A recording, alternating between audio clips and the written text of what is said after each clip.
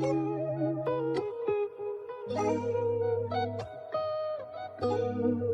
now I need it. Yeah, it's game time. Gotta get bands in the late night. Put it in work on the main line. Spend a couple racks just to save time. Cause it's game time. Doing everything at the same time. Yeah, I'm on the way, just hang tight. Cause it's game time. Yeah. Whoa. Spent too much on the wrist on me. Man upstairs, never disarm me. Way too many bands, it's a lick on me. Yeah. Whoa. Take it easy, baby. If you need a baby, I be singing songs like I'ma need a baker. I'ma need a baker for what I'm cooking, baby. Cause it's game time. Gotta get bands in the late night. Put it in work on the main line. Spend a couple racks just to save time. Cause it's game time. Doing everything at the same time. Yeah, I'm on the way, just hang tight. Cause it's game time. Yeah. Whoa. Yeah, I'm ballin', finna go pro. Yeah, I'm kicking it in a dojo. Make a movie, get a GoPro. Yeah. Whoa. All my goals, I'ma hit them all. Mama told me go hard. Now I'm outside finna ball. Cause it's game time. Gotta get bands in the late night. Put it in work on the main line. Spend a couple racks just to save time. Cause it's game time. Doing everything at the same time. Yeah, I'm on the way, just hang tight. Cause it's game time. Cause it's game time. Cause it's game time. You can hang tight, yeah. Cause it's game time.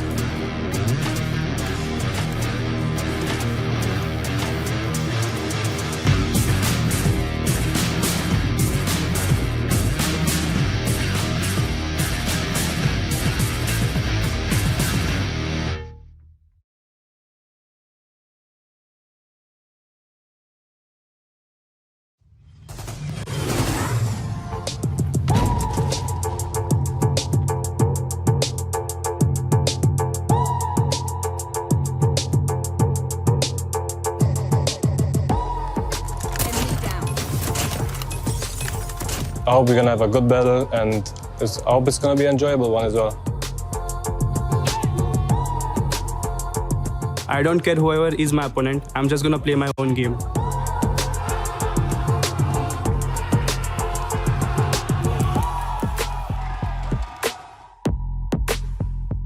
If you want the throne that badly, you have to go through us first. So to our teams in our group, be ready. We are here. Good luck on every match and hope for good matches.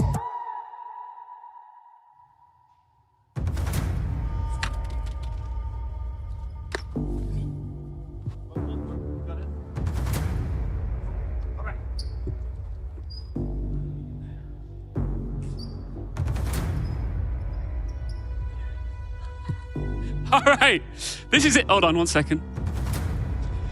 Let's do this. Welcome to the Call of Duty Mobile World Championship 2025. This is the final tournament of the season where teams from every corner of the globe are here under one roof with one mission: to prove that they are, of course, the best team on the planet.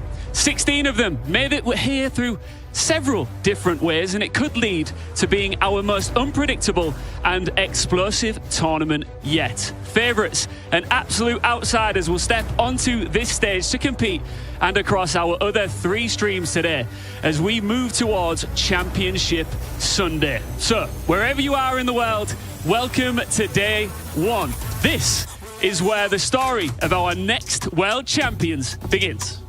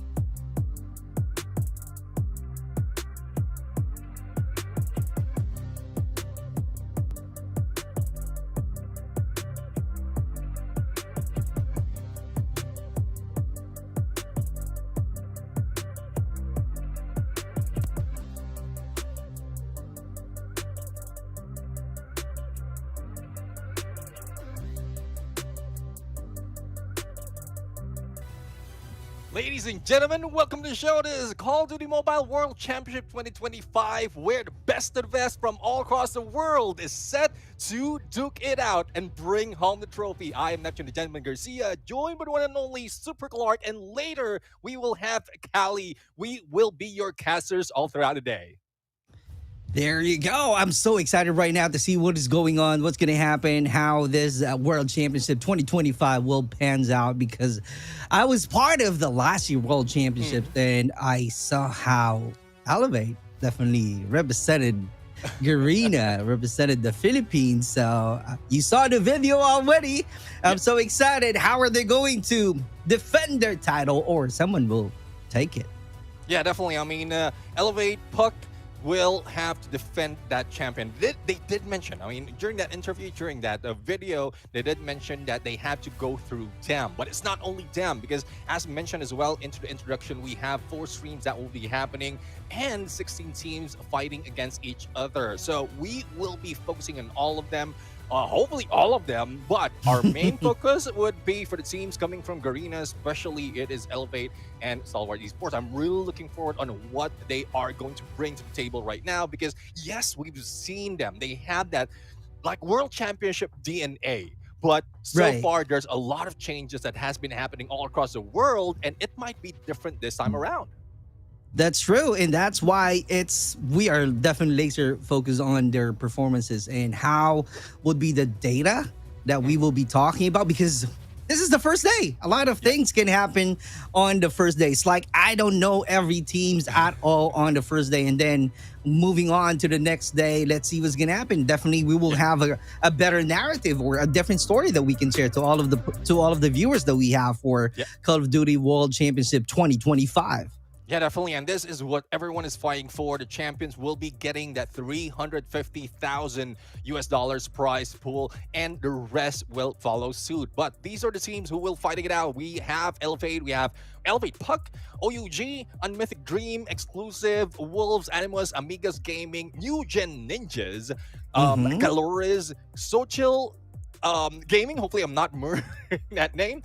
Q9 Club or Chingju Club. We have Diabolos, TLE Esports, Street Gaming, Stalwart Esports, as well as Bear Clan. And out of this, we have a lot of familiar names all throughout. Right. Some of which might be new, but the players themselves have been in the scene for quite some time. So this is where we see a different phase, a different brand, but the game style might still be the same. The persona of the team will still be the same because it's just the strongest all throughout the world.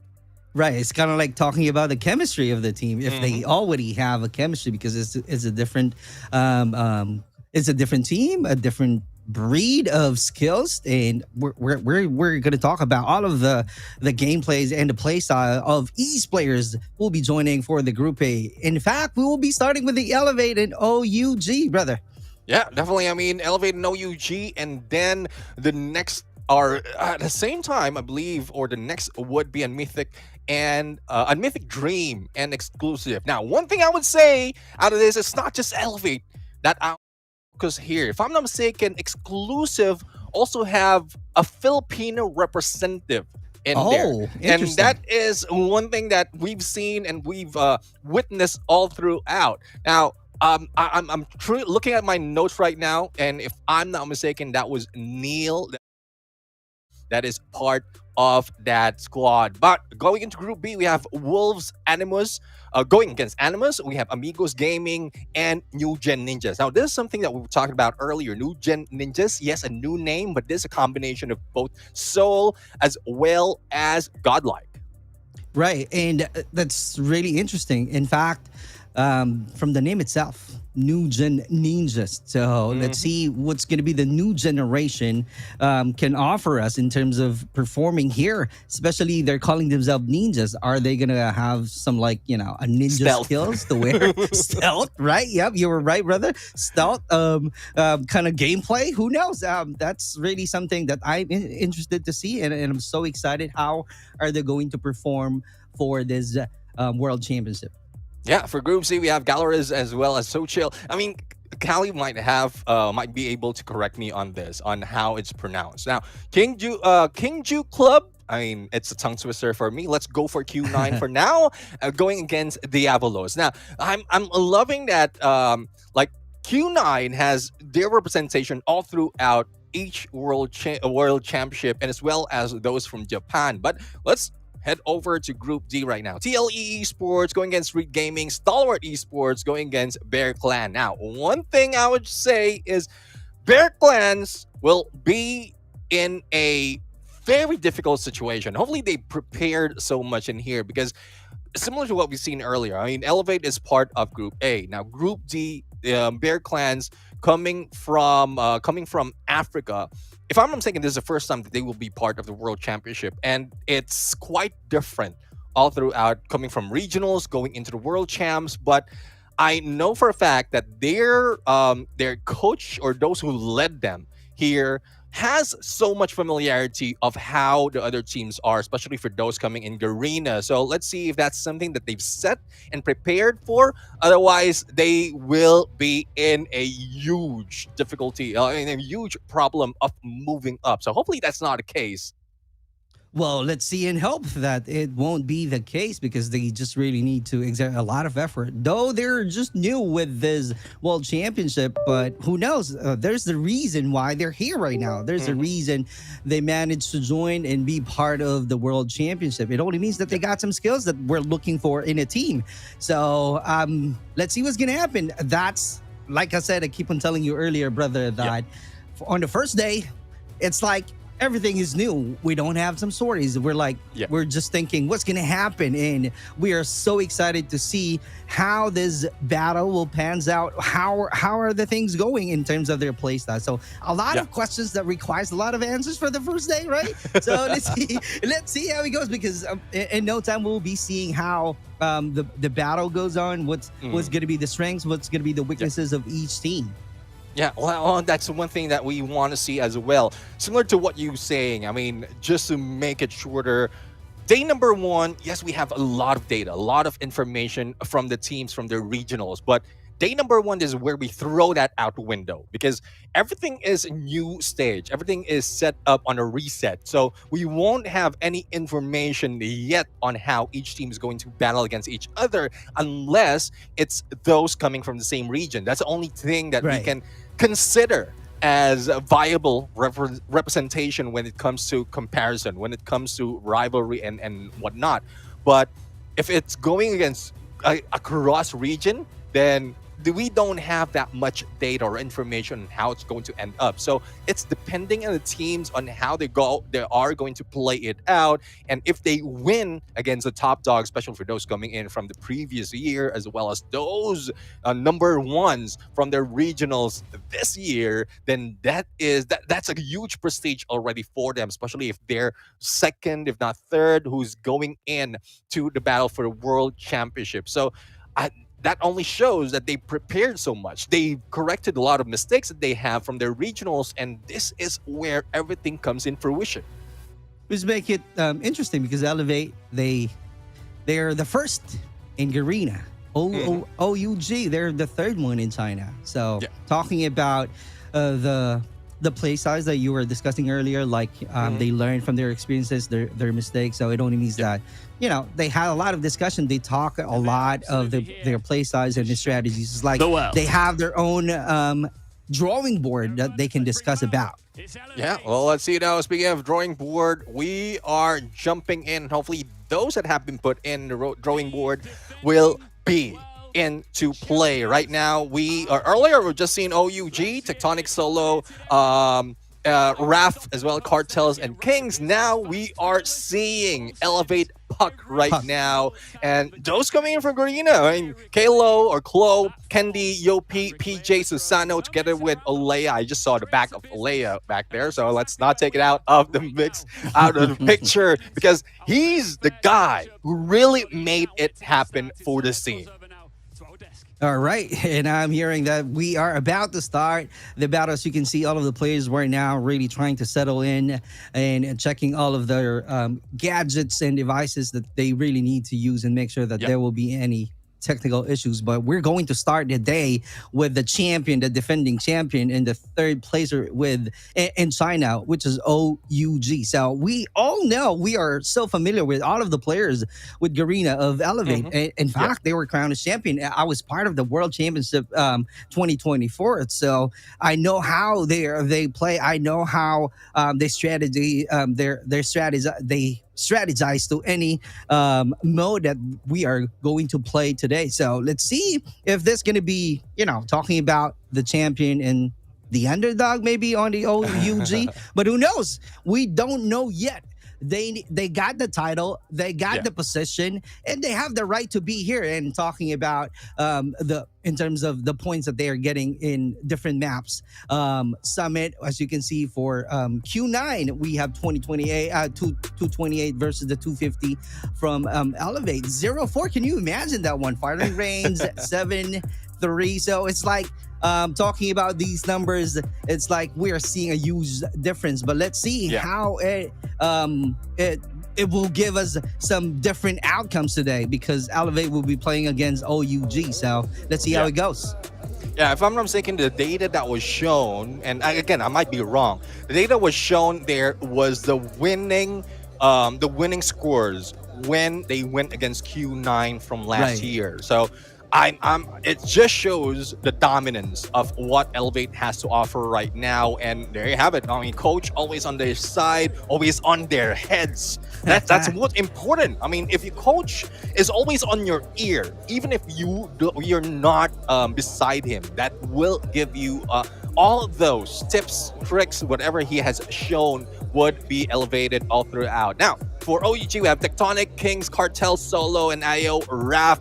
Now, names that are too familiar not to be underestimated as well, and I'm really looking forward on how they are going to duke it out. I mean, imagine first game, and it seems like from years ago, this might have been the grand finals already. A lot of at stake in terms of their performance. Like, this is the first game, so a lot of pressure. But in terms of pressure, brother, I'm seeing the players of Elevate right now. It's like, we're just having fun. Well, that's what's important right here. Because Exactly. in everything that you love, what's important is you have fun. And I believe that these teams love playing Call of Duty Mobile. And winners or losers don't there's actually no losers. It's winners and learners. So all they have to do right now is it's either they win or learn from it, because there's still more chances moving forward. So let's see on how it is going to happen right now. A little bit of practice being done by Susano himself and even the rest of the team. So this is what's important as well. Yes, they had those scrims, the warm-ups that's happening, but pre-game, you would be able to flex a little bit of those mechanical skills, your thumb and finger muscles, to be able to, for it to be smooth enough. Because for us uncles, Super Clark, I'm sorry, I'm going to include you in that title. For us uncles, our joints are not that flexible anymore compared to what we have from this pros. But there you have it. We have the maps, bans, and picks already on the board. Right, we're seeing map 1 will be starting at Hacienda, and definitely we're seeing some banned maps, the Combine and Summit. But Slum's on the map 4, so for stand-up, it is being banned as well. And Kuruhama Metropolis is one of my favorite maps, but being banned already. But for the map 2, we will be starting on Coastal. Map 5, that's going to be Tunisia. There's one of my favorite maps as well. Map 3 would be Crossfire. But seeing the ban for takeoff from Ray from control mode, this is really something different. It's like they know already on how they strategize. They're planning things out. Like in playing in Hacienda for the hard point, how are they going to rotate? Those are the things that I'll be seeing and checking and observing for the Elevate. Yeah, exactly. I mean, moving in from Fountains to Garage is no problem at all. But it's that Garage to, I would say, the Warehouse. P2 to P3, that's where you have to cross the map, and that's where a lot of problems happening. And that's one reason as well why P3 is being considered as a money hill when it comes to hardpoint, when it comes to Hacienda as well. So let's see who's going to take it, whether it's Elevate, whether it's OUG. It can be anyone's game. It's up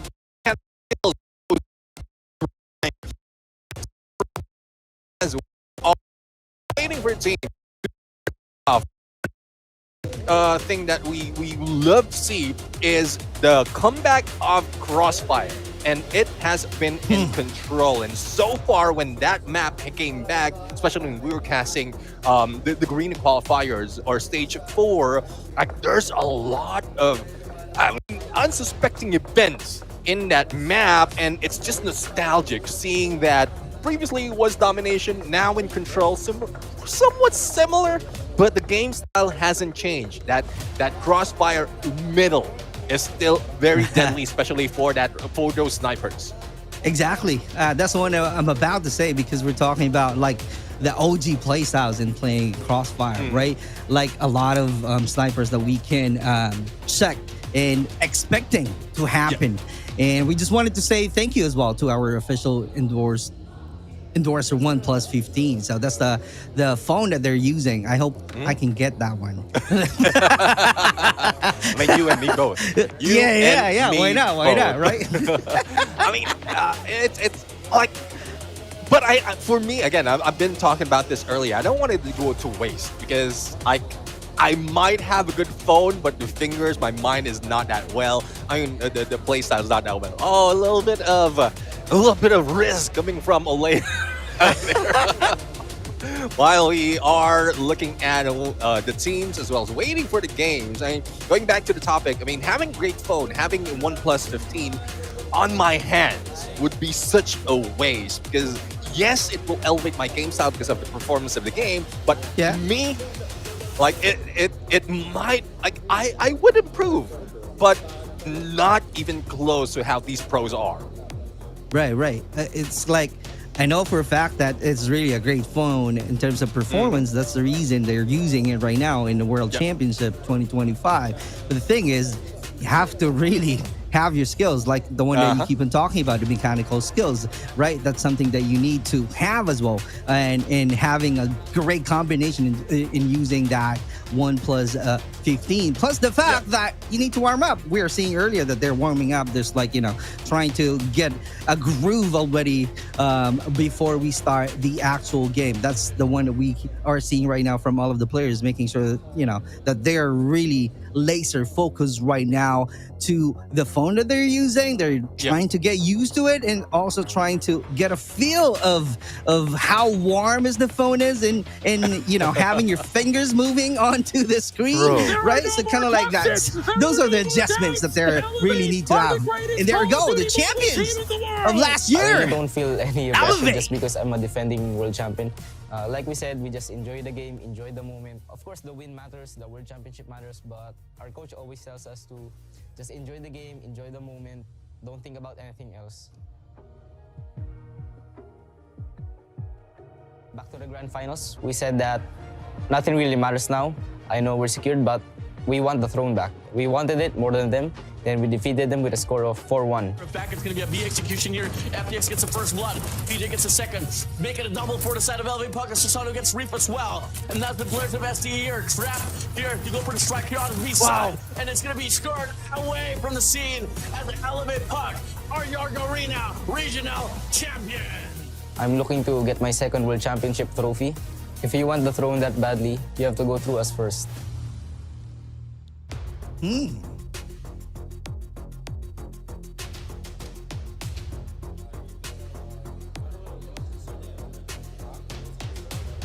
All right, there you have it. We've just heard from Elevate Puck on what they had to say for the teams that will be going against them. But as you can see, OUG is all set. I mean, focus locked in right now, and making sure that everything is running smoothly. And there you have it. I mean, the Elevate Magic Pillow is back. And guys, for those of you who are wondering where it's happening, or if you happen joined us from the regional qualifiers, they are in Katowice, Poland right now. And one, like guess who is there as well? The one and only Mustachio AJ is there as well, on the ground to cast the World Championship. Nice, interesting. All right, so let's see how he will bring a lot of stories and narrative that he can definitely share to all of the viewers out there on site. So I'm so interested, so excited to hear on how he will be casting on site. So great job out there. So right now we're just patiently waiting. They're checking everything right now, all of the phones, the gadgets, and the comms that they really need to have, as you can see right here, just to make sure this is very clear before we start the battle. It's very important to have all of the gadgets working before we start the game to avoid any, disruption, and definitely, having, if you have the momentum already, and after that there's kind of like an issue in any technical issues that they might experience in the future. So that's something that they're trying to avoid right now. Yeah, well, let's see though. Let's see if that's something that they could wrap up quickly, because we're excited to see the games. As much as we want to talk about them, I want to see some action. I want to see some guns blazing out of these matches, especially the first game. I mean, Elevate OUG. As I mentioned earlier, I'm pretty sure Cali will be able to bring us more history into how the rivalry between these two teams, their players between these two teams are. But I would want to see how everyone is going to start it off, because from what we've seen, as what was shared to us, I mean, there's huge potential that when they go into Hacienda, it's still 50-50 when it comes to hardpoint for OUG. I mean, it's they lost to when they played on CDM Season 9. So it would be tough for them, especially if they're going against top dogs like Elevate, who have been running amok when it comes to Hacienda, when it comes to hardpoint. And you know how it is when someone like this jumps in, and you've seen those spawn traps being pulled in. you couldn't even get away, and that is what Elevate has to bring us What's up, guys? right now. AORF. So, we're currently going to be going through a pro players loadout. I am personally a sub and heavy player, so I'm machine gun and shotgun OUG player. has to say about my this. personal favorite in this meta is probably going to be the VMP. The USS is a great gun, but the VMP takes that throne for #1 spot, honestly. So, I'll be showing you guys my personal and everybody's loadouts in the pro player. All right, and adjustable, heavy barrel, great attachment to use. Gotta go with the rapid fire, it's crucial. And this one's honestly where a lot of pro players differentiate. I personally like the integrated grip set, but other players do like the Phoenix grip set. It just comes down to how you like to play as a player person. I'd probably go for the integrated grip set though. And then for secondaries, honestly, melees are the best. I feel like pistols are overrated. You know, you gotta go with the gloves, boxing gloves, prize fighters, Mike Tyson, you know what I mean? It's really, really good stuff to use. Down to the operator, I personally am a fan favorite of the equalizers. It's really, really fun, just running gun, Rambo style, really, really great. The 3 perks, gotta go lightweight, you gotta go gun-ho. Toughness is honestly really, really good too, but I believe personally gun-ho would be the best one to go for. The third option for the blue perks, you gotta go with dead silence. It's a crucial must-have. Now, obviously in pro players, you know, you gotta use these 3 score streaks. You gotta go EMP, Predator Missile, and Hunter Killer Drone, because obviously everything else is banned. But yeah, honestly, that looks like a great loadout. You know, got the frag grenade. Actually, I'm one of the individual. I'll put you on a secret. I personally like stick grenades. I think they're low-key, very underrated. Besides that, this is my loadout.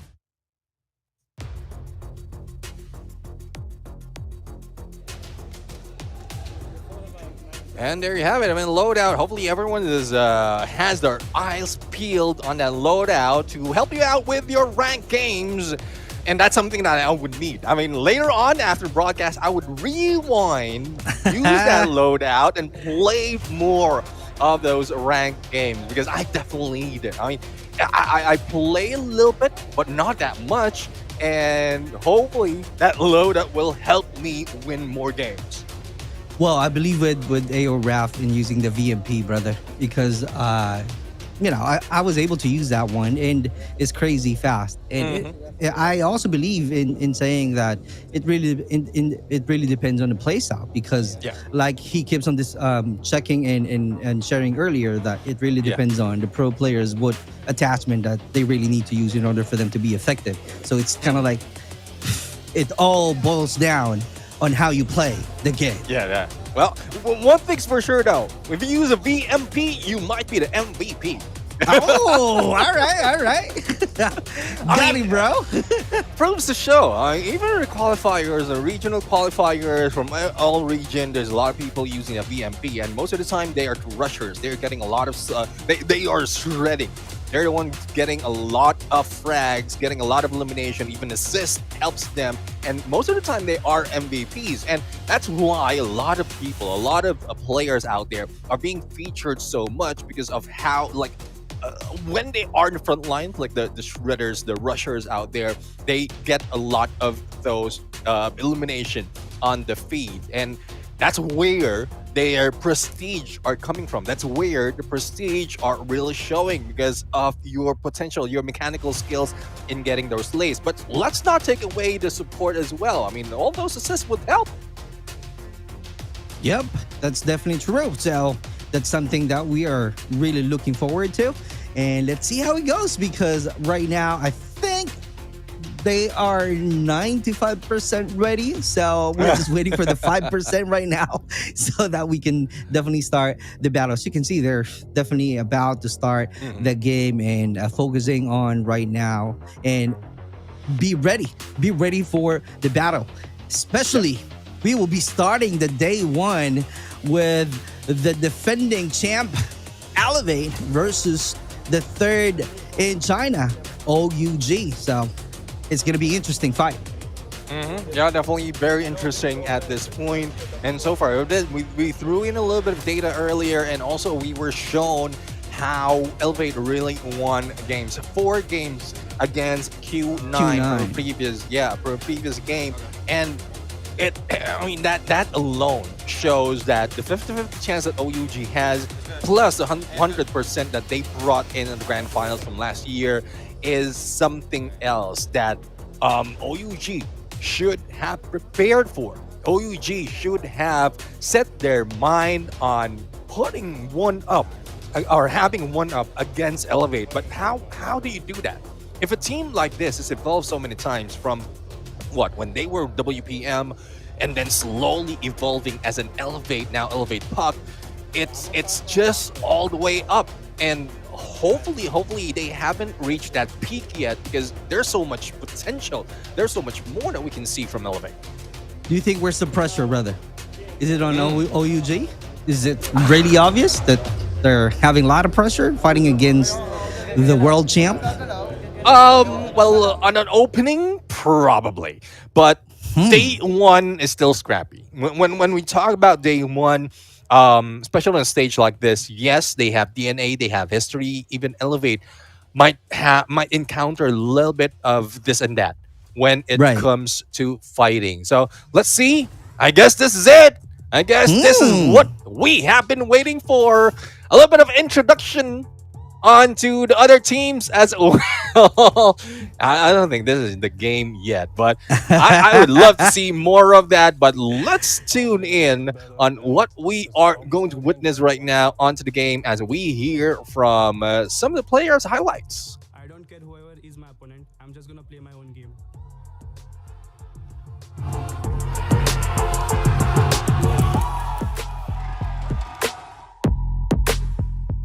If you want the throne that badly, you have to go through us first. So to our teams in our group, be ready. We are here. Good luck on every match and hope for good matches.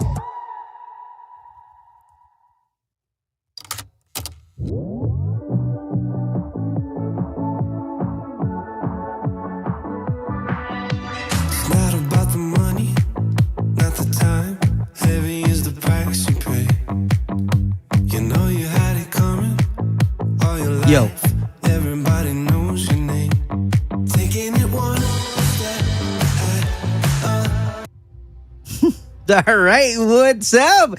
And yep, we are back right now, and we're definitely excited. As you can see right here, we're just talking about it earlier with my brother Neptune. And let's see, because we thought that we are definitely starting the game one, but we shown you the schedule, so we have a lot of teams who will be playing on the day one, and hopefully we'll be showing you live in our broadcast today. So let's see how it goes, but we'll be focusing on two first, Elevate and OUG, and we talk about a lot of their strategies, mechanical skills earlier, and having, being pressured, I can say that, on the side of OUG, because they're fighting against the world champion last year, which is Elevate. Now, talking about the first day, like Neptune is saying, it's kind of like a 50-50. It's kind of like they just really wanted to get their feet wet first on this battle and then find the groove and then perform.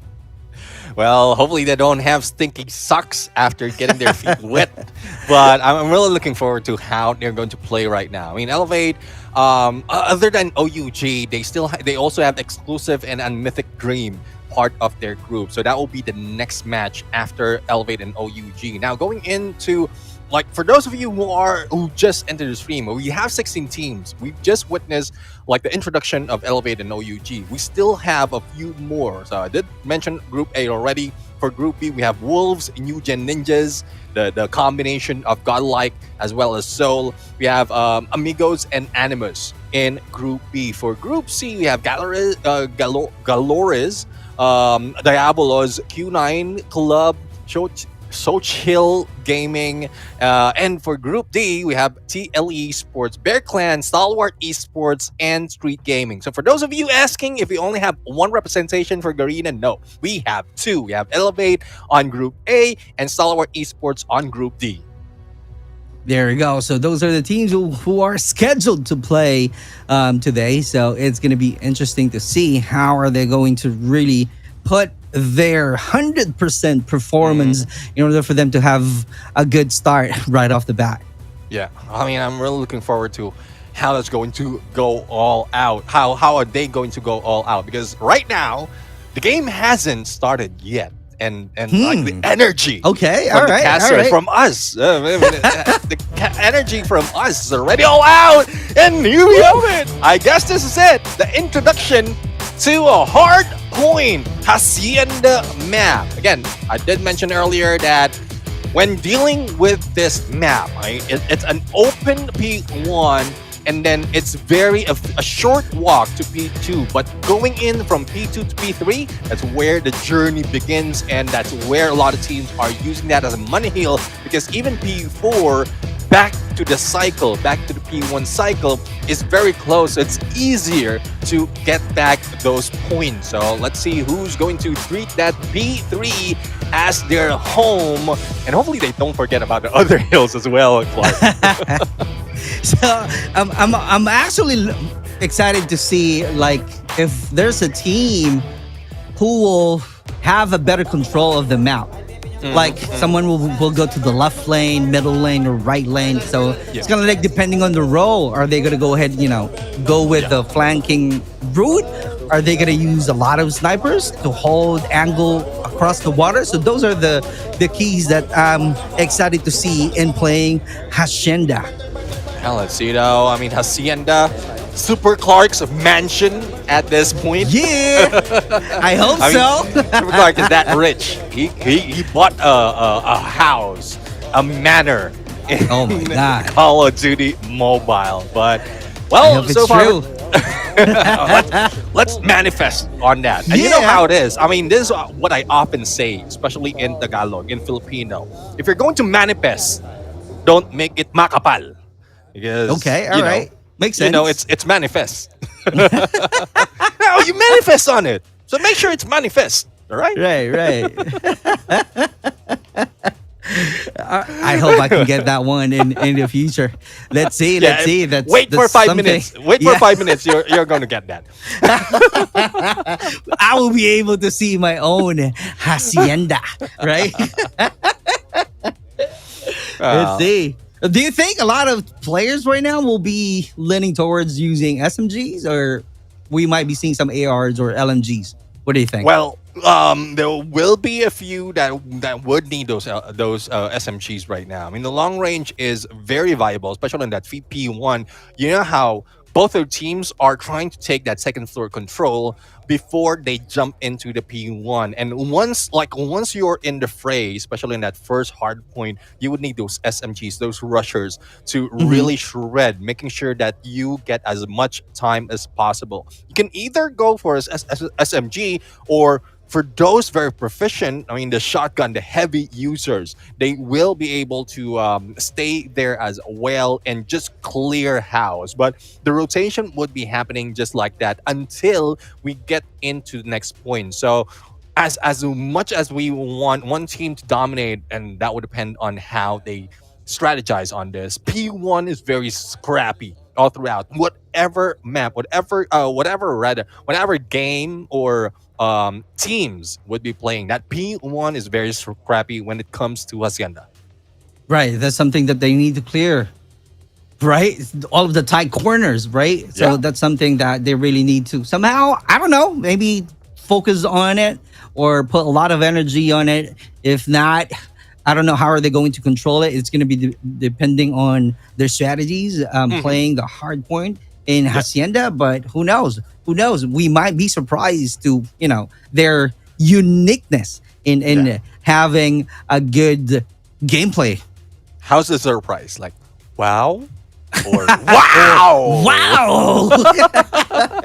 I mean, because I did mention that OUG, we've seen so much of history coming from this team as well, like similar to what we've seen, and keep mentioning about Elevate, because it might be a wow game or a wow game, depending on how OUG has prepared for this. So that's what I'm really looking forward to. Hopefully they put in that A game, if not an S game, for OUG, because especially now that they are going against the defending world champs from 2024. But it would still depend on like preparation, and as you can see, it seems like OUG is confident. They're not feeling any pressure at all, similar to what we've seen Elevate has. So everyone's ready, everyone's prepared for this.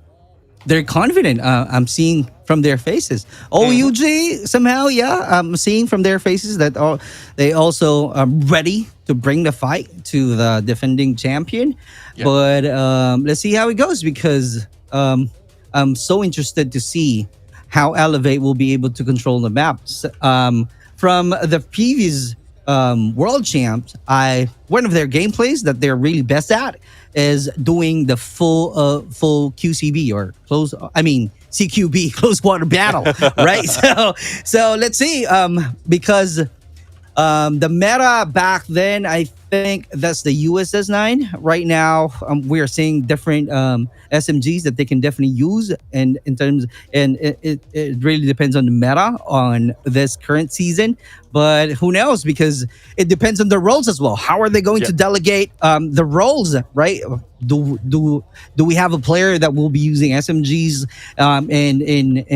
in having control in the interior rooms? Do we have someone using assault rifle, like having or holding the exterior lanes, kind of like that? So those are the things that I am about to observe from these two teams, because it really depends on how are they really control the game. Not only the map, we're gonna go back to the mechanical skills again, Neptune. So it's kind of like that. So how are they going to really use those kind of strategies? How are they going to really effectively use the weapons available from this tournament? Yeah, let's see though on how they're going to use that. But right now, I think we are getting a view of Group how D? TLE and STR Street Gaming is going in for the battle. And it seems like, this is SND and Street Gaming is already in lead. Now, as we can see, it's a 3v3 situation. And, KO will not be waiting for any more Zyrax. And even Saucy, as well as Thugs, will be taken down. 2-point lead for Street Gaming. Oh, that's really a good start right there. And a lead, definitely the TLE will have some, kind of something that they really need to think of, because if not, they might be losing the game right away from the Street Gaming. Looking at it, control right away, going heavy. A lot of names being thrown on the A side, and still trying to go one up for the team of TLE right here. But that's really a great battle going on from the Street Gaming. That's a close water battle. This is the one that I'm talking about, but I'm so interested because he's definitely using Odin right there. Yeah, definitely. I mean, Odin is in here, and we're not talking about the father of Thor. This is more of a father of S&D up in front of you. Wow. There goes a takedown, and a trade back. Now we're down to a 2v1, but unfortunately Street Gaming still get that win. And looking at the historical records from qualifiers between these two teams, yes, TLE has a perfect run on their game before heading into the World Champs. STG or Street Gaming doesn't have that luck. I mean, they are low in terms of historical record, in terms of numbers from their regionals, but it seems like that doesn't matter. They are in the lead and they can win this game. I can say I couldn't agree more, but that's going to be early to tell. But in terms of number of wins, they just really need to have 2 wins in order for them to secure this battle against TLE. But who knows? Right now, in terms of, controlling the map, they're just really, trying to lurk around because they're avoiding the sniper. Who knows? Because that's one that I'm seeing right here from Street Gaming. Clearly, they got a good sight lines to knock down and kill the players of TLE. In fact, that's going to be a 3v3 situation right here. Yeah, let's see though if they're going to win this 3v3. TLE really needs that. Zyra will try to go in, and those shots, this shows the position. Ooh. But GDO still managed to go for the takedown, but unfortunately the trade back is on. Only Saucy remain. Tundra in hand, but no info on the opponent, and Maggie has already spotted him. Now HS Songstress, if he gets in too close, he might be able to get that shot, but Saucy will not be letting that go.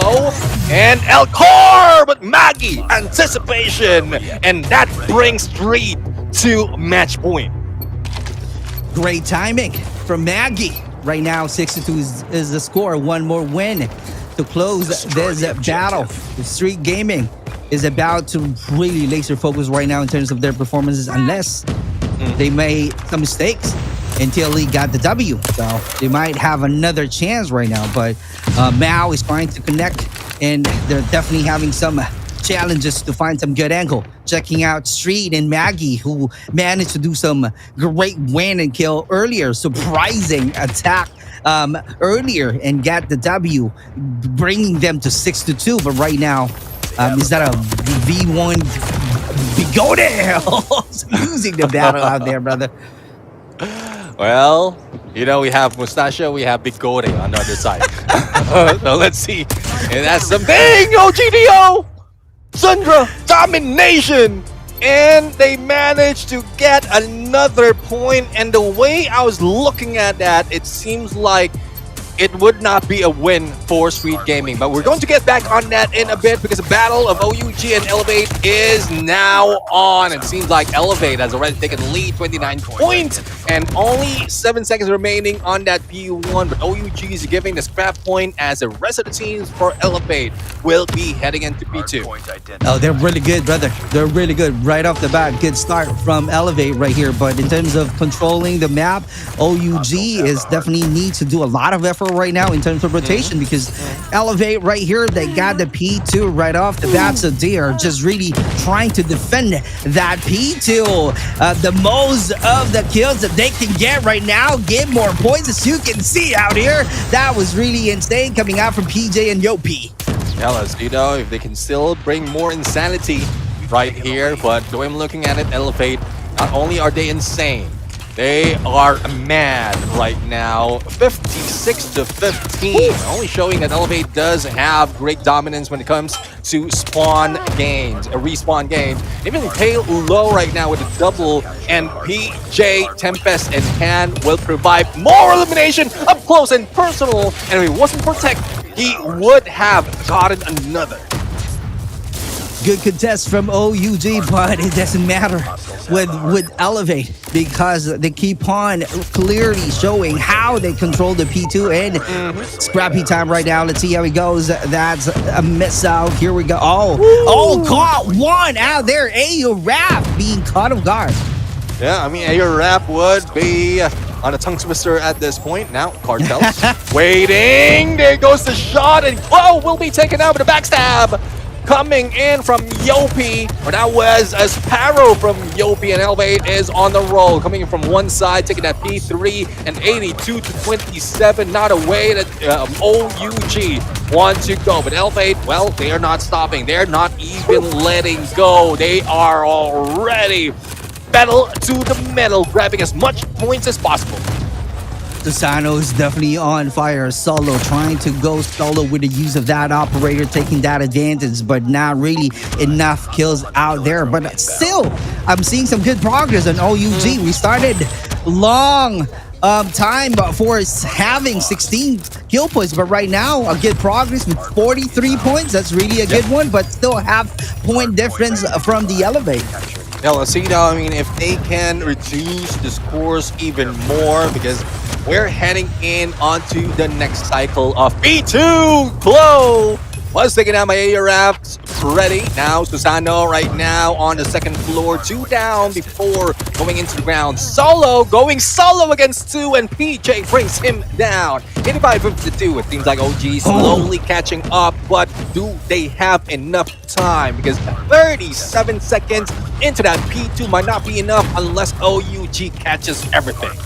Cartels from OUG is really carrying out a team alone with the good help coming out from Ayo Rap. 18 for Cartels, and Ayo Rap would have 16 earlier, but right now adding more kill points. Right here, we are seeing that they're about to get closer, really closing out the gap between the scores that we are seeing from Elevate and 85. Still not changing at all from the Elevate, and still having some difficulties right here trying to retake this P4 and going down already. We're about to do some reset. We're gonna go back to the P1. Let's see how quick they are in controlling the P1, but right now they're getting more kills still from the Elevate. 91-68.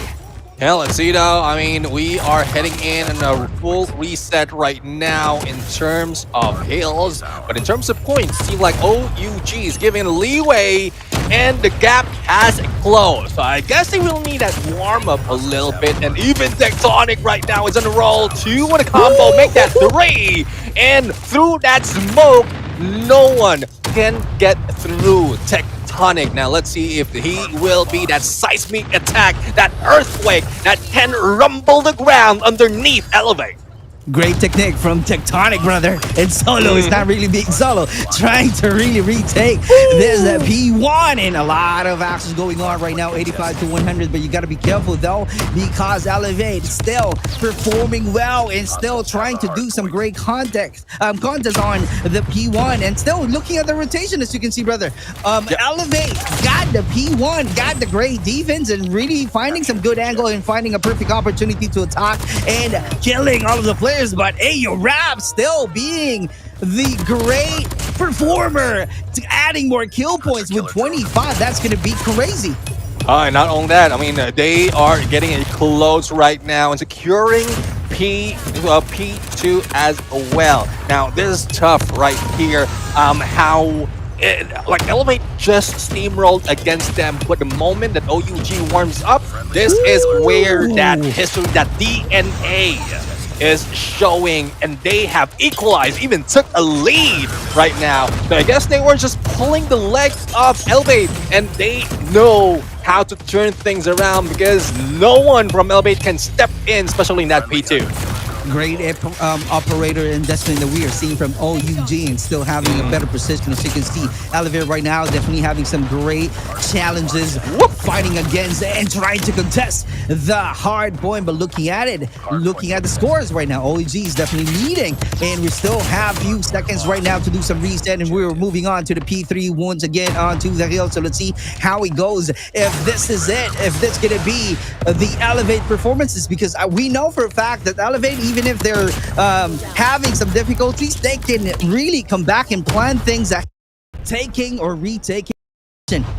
Yeah, let's see now. I mean, unfortunate for Elevate, Stonewell is where most of OUG has spawned when P3 came up. So there's something that they didn't anticipate, and now OUG is taking lead. Elevate has been stuck in this 110.4 so long, and OUG might be getting a full 60 after this P3. King right now showing that he has a crown. Susano must able to take him down, and this might be it. Scrap point might be gathered by Elevate, but no, even the rest of OUG is not giving any headway. That is definitely true, as you can see right there. And the advances in terms of using the AR, the Odin, and Type 63 clearly works well from the hill. So that's why Elevate is really finding some ways right now on how they will be able to penetrate. But right now, we're doing some reset, going into the next hard point. As you can see, OUG being the first one to rotate, and that's one of their advantages, and still taking the advantages of the operator. Tectonic has one, but Yopi still has, but still finding some perfect opportunity to activate. Yeah, I mean, OUG Cartel's already on the 40 bomber. Wow. And they have left Elevate behind, who is left with only 20s in terms of elimination. I know this is not an elimination game, like kill game, but that gives you an advantage of clearing those hill points, and it seems like OUG has it in the bag. Now, one thing that everyone is looking for is Elevate's comeback, because yes, they are kings, and they did mention, PJ did mention that if they want a crown, they have to go through them, and I guess this is what OUG is doing. They're slowly going through them. Now, the only question is, will Elevate be able to come back from this, or will this be a done deal? It's going to be hard for the Elevate right now in terms of the number of points, as you can see right here. But it is still early, although it's far in terms of scores. But let's see how committed they are. Let's see how are they going to really defend their title having this first game, because OUG definitely capitalized every position for any hard point. And as you can see, for all of the kill streak, brother, they're really taking advantage in the investment of operator.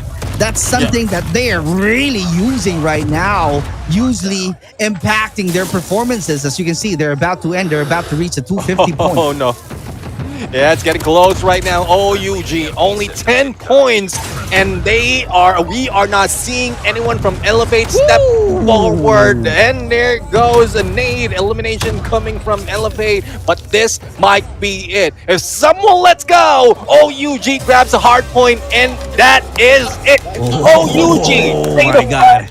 game against the defending champions, which is Elevate. I don't know what to say now, bro. This is the one that I'm talking about. On the first day, first game, that's the time to where we can see and we can share some stories. I keep on seeing the operator from OUG. They are really able to use it well, perfectly executed. And because of that, they managed to take the lead after, having a long difference in terms of points. I think that's a mid game where they're just at the 43 points. And then after that, because of the kill streak, they managed to really perfectly execute it well. The operators, you can see right there, coming out from cartels. That's the start, brother. Yeah, definitely. I mean, they got stuck on at 85 and slowly moved in. I'm talking about Elevator right now. They got stuck on 85 and they just slowly took those points, and then OUG gathered everything. Arms open. They are welcoming Elevate from all corners of Hacienda. And you did mention about the operators, and it was used perfectly by OUG.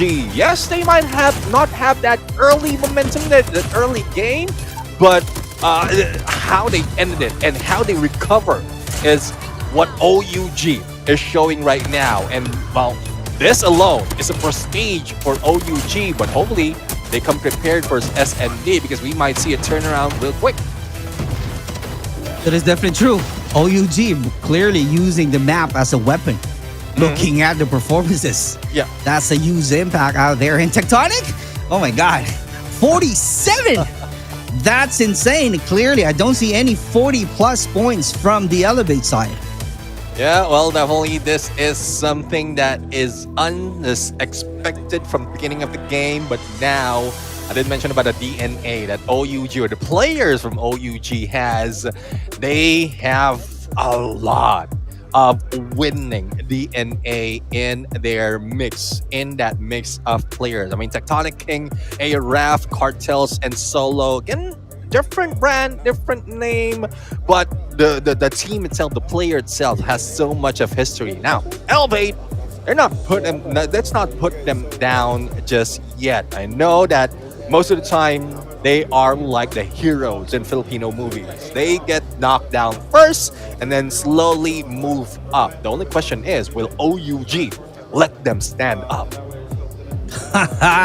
That's really a good question. That's something that we need to find out, brother. From Elevate, are they going to go ahead and be a soldier and represent Garena itself and, really defend their belt of champion, because they got the trophy of World Championship 2024. Right now, too unfortunate, they're having a rough start.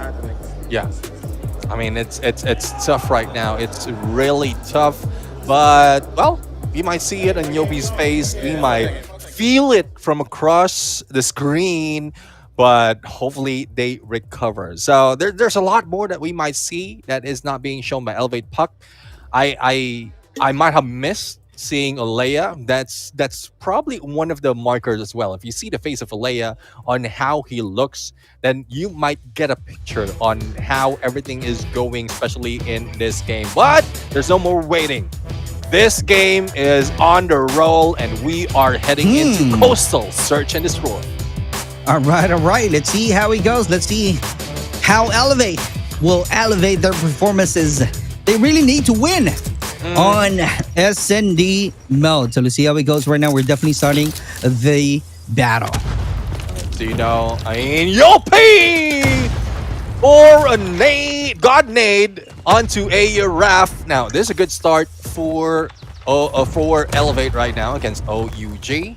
But in terms of position, a lot of players from OUG is just staying still. They will be waiting for that opportunity, or Elevate rather, staying still, waiting for the opportunity. PJ, a little bit of HP dealt in, but Susano follows through onto Galtails after PJ goes down. Susano with a follow through once more, but it can't go for two. Finish it. That's insane. That's really one of the best snipers that we have for this World Championship. Susano being caught off guard right there. But Tectonic, let's see how technical he is. Can he be able to knock him down with the use of that on it? Who knows? That's something that I'm so interested to see. But right here, doing some reset. So that's really being clever on how to do some reset and find some another energy to where he knows already that he got the advantage in terms of position. So that's going to be interesting. It's a 1v1 right now between Kendi and Tectonic. Tech is just waiting from that corner. And as you can see, Kendi, I mean, he's the one who is moving. But the only question, though, is do he has a line of sight? The timing on Tectonic turns his back. Now, as he moves in, the timing was wrong as well. And Kendi managed to win that fight. Crucial mid map control. That's the one that we saw from the last gameplay. Sniper play a key role on Elevate just to get the first win. But who knows what's gonna happen on round 2? Because hey, your Rab is definitely on fire right now. Can he get 2 Ps? No. Tectonic this time. King taking shots, but unfortunately missing it, and he got hit. Now he needs to hide out. Ethiopia right now on the push, misses and hit that wall, but it doesn't matter. There goes Kendi on a snipe, and they grab 2 points. 2-0 for Elevate. Now OUG, still an attacker. They are dictating the pace right here, but the moment that the table has been flipped, Elevate just put the groove on. Information by King, seeing 2 across the line, but the smokes cover the rest.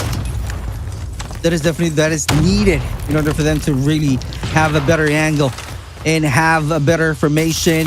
Looking for a better sidelines right now. Coming out from Yopi. Kendi still trying to rotate, finding some intel using that sniper. So let's see how it goes, because right here we're seeing 2 players from Elevate, and just like that, Solo going solo, get 2 Ps and finishing the fight. But still, we still have 2 soldiers remaining. 2v2 right now, brother. Oh! Make that 2v1. Susano for the clear, and Kendi also helps out. 3-0 right now. Great push. It was a speed run, I would say, for Elevate at that point. The moment that first elimination, that first frag landed, it was just a speed run. Now let's see if there's anything that OUG can bring into the table, because it seems like they're just going into one dimension. Everyone rushing through, sticking together, and PJ would be caught off guard by Rap, and this might be it. A chance for OUG to grab a point.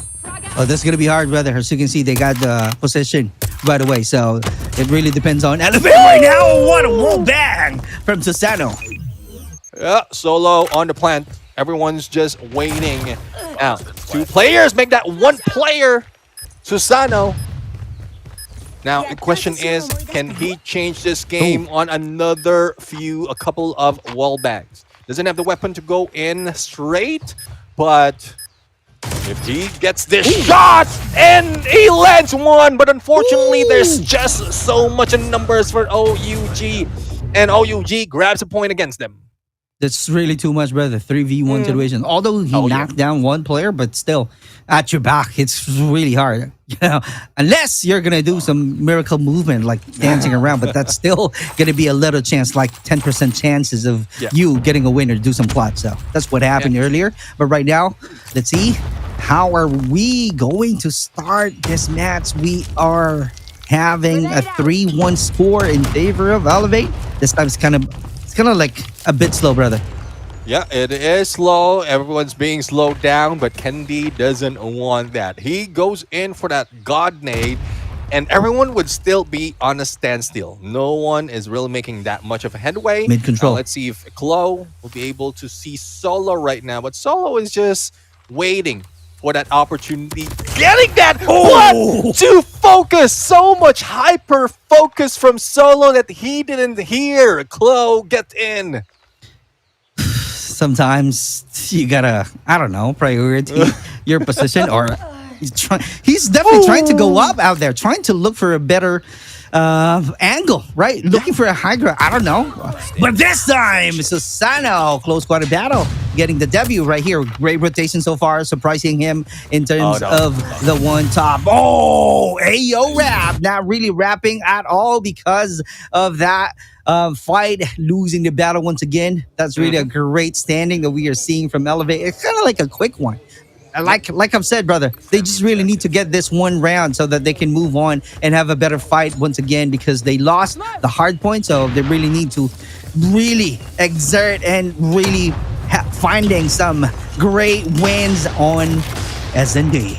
Now, this is what I'm thinking about, because earlier it seems like, yes, Elevate did take the lead and then they slowed down.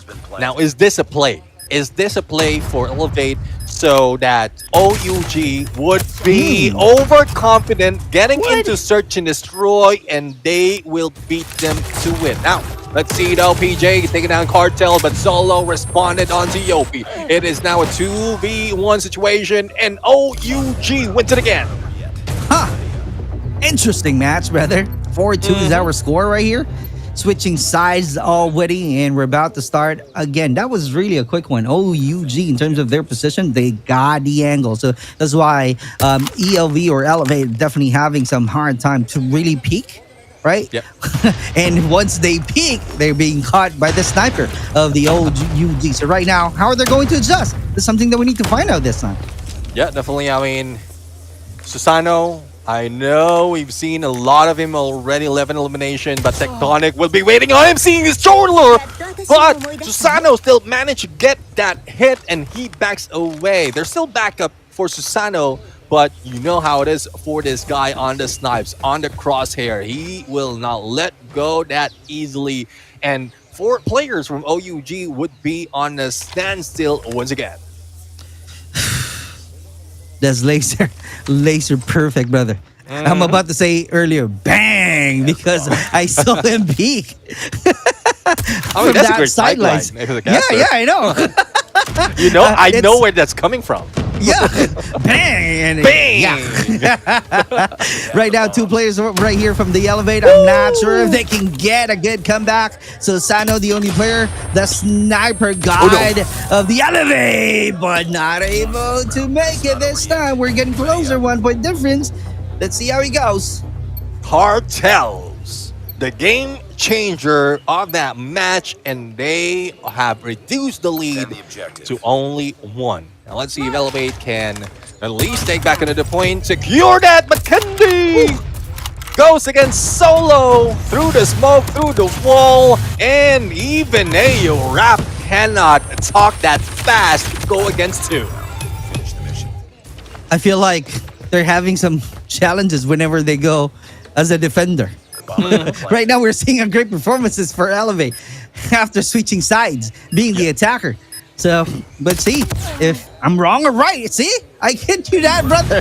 Right now, after switching side, we're seeing a great win from Elevate. 5-3 is our score. Yeah, I mean, definitely. There are a few teams who really wait for that switching side, for that side to be switched and like take the lead at that point. And this might be it. This might be a plan for Elevate. I did mention earlier, going in from hardpoint to SND, I'm not underestimating OUG, but it might be one of the plans by Elevate right now. Get them overconfident, and then when it comes to search and destroy, they can take one map back. Because earlier when we were seeing the map and modes, we've seen that there are 5 maps in selection. So it's not just a best of 3, there's a best of 5. So there's more potential, more chances for both teams to take a win. So it's kind of like mind games. They're playing chess right now, trying to do some checkmate. Here we go. Oh, what a good half move right there. Ayo Rap adjusting. He knows already that he won't be able to make it. That's going to be a great push. Aggressiveness being shown already by Elevate. 3 players remaining right here, and King trying to be a king, but also trying to get a knocked up. But that's going to be too hard in terms of his position right here. Though he got a good sidelines, but that's 3 players coming from the Elevate. But how are they going to finish the fight? That's something that we need to find out, because Cartels and Tectonic, these duos, they're freaking insane, brother. Yeah, definitely. I mean, we have seen a lot of elimination already coming from cartels. Same with for Tectonic, but again, they don't have the time to wait on waiting. And there you have it. Tectonic, though, for the takedown against Klo, but based on the numbers, it is still Elevate taking the lead. And it is match point for Elevate right now to get 1 point back in this series. They know already the position of their opponents. So that's why they're thinking of how are they going to dodge the bullets if the opponents will be using the sniper or maybe the Odin or the AR. And that's the one that we keep on seeing from the Elevate. Making a great movement, dancing around, sliding in already to any tight spaces. That's the control that they're definitely using. But that's really a good trade happening already with the 4v4 situation. 6-3 is our score. This is going to be the match point. Are they going to end this round battle? And let's see though. I mean, cartels would be a huge loss for AUG. Oh my and God. Smokes, especially with the bomb being planted, but Susano doesn't have any visuals. Solo getting too close, and there goes a takedown onto Solo. Quickly as that, it is a 3v4, but the trade is also too quick for King. King is really taking the advantage of that sideline. Oh, but he got a taste. He's able to taste of his own strategy out there. So it's oh, I was surprised because someone is out there. But let's see what's going to happen right here. This is going to be interesting. 2v1 situation on top. About to get closer right here. You got to be careful. Oh, that's a good kill, brother. King is really showing that he got some crown. Is this going to be it? Can he get the crown? Oh! No! What a win from Elevate. Oh, I mean, the bait and switch did work, and Yopi managed to get that 2 elimination. And, well, I mean, they only need one player, but that play itself, that bait and switch, is very crucial for them to get that win. But, well, it's already 1-1 in the series between OUG and Elevate. And for those of you who's just jumping into the broadcast earlier, OUG managed to get that win on hard point, and this time it is Elevate balancing or equalizing it on Search and Destroy. That is definitely true. What a great performances from the Elevate in terms of I can say on the attacking side. They're definitely crazy good on the attacking side. And it clearly, it's kind of like, after switching side, they started on as an attacker. And then after that, they chill out. Because they know for a fact that that's one of their weaknesses. They're just doing their best to get a kill point. And then trying to somehow, not really too far in terms of the score. And after switching side again, going back to the attacking side, that's when they showcase their movement. They know the position. It's like they know already that someone is doing some pre-scope into where they know where the bullet will be coming from. So that's why they really need to, change some movements like hopping in, hopping out, peek, kind of like that. So, and sliding in and out from tight spaces, which really works on the side of Elevate, and they got to win. Right now, we are 1-1. Yeah, exactly. I mean, 1-1 in the series right now. And looking in to our match with Salt, it is Susano who gets a lot of elimination of the sniper of the team, 193 impact. But also the finisher of that game was Yopi with that double. Now, I know that there's a lot of elimination as well coming from cartels, especially Kings as well. But for the rest of the team, it seems like it was short. And as you did mention, as you did explain, it's when Elevate took that lead, took that attacking side. When they are in, I would say, in control of the pace, right? That's where OUG starts faltering. So let's see if that would change right here onto next mode, because we are heading into control and our map would be Crossfire. Let's see how it goes. It's going to be different since they got the advantage in terms of playing hardpoint. It's kind of like the same mode, having the control. So let's see if that's going to be something that they can leverage. I'm talking about OUG, something that they can leverage still in winning the battle against Elevate. But you got to be careful, though. Even if, well, we know for a fact that OUG dominated the first mode, which is the hard point, and going into the control, they're thinking they might be, having the advantage. But maybe that's the one that they're having right now in their mind. But you got to be careful still, because Elevate is still a champion. So they went to this kind of situation already. So it's like we were here before, and we know how to overcome it. Yeah, well, let's see though if they can do that once again. On to the next map. Now, a little bit of update on what's happening on the other groups. I believe Group C and Group D's first game has concluded, and for Group C, we've seen Galris taking a win against Sochil, and we also have a Group D, wherein TLE going against Street Gaming. We saw a glimpse of that earlier, and it was Street who won the game. Who won 2 games against 1. So it's still ongoing, and Group D will be going in for a 4th match in Slums. That's true.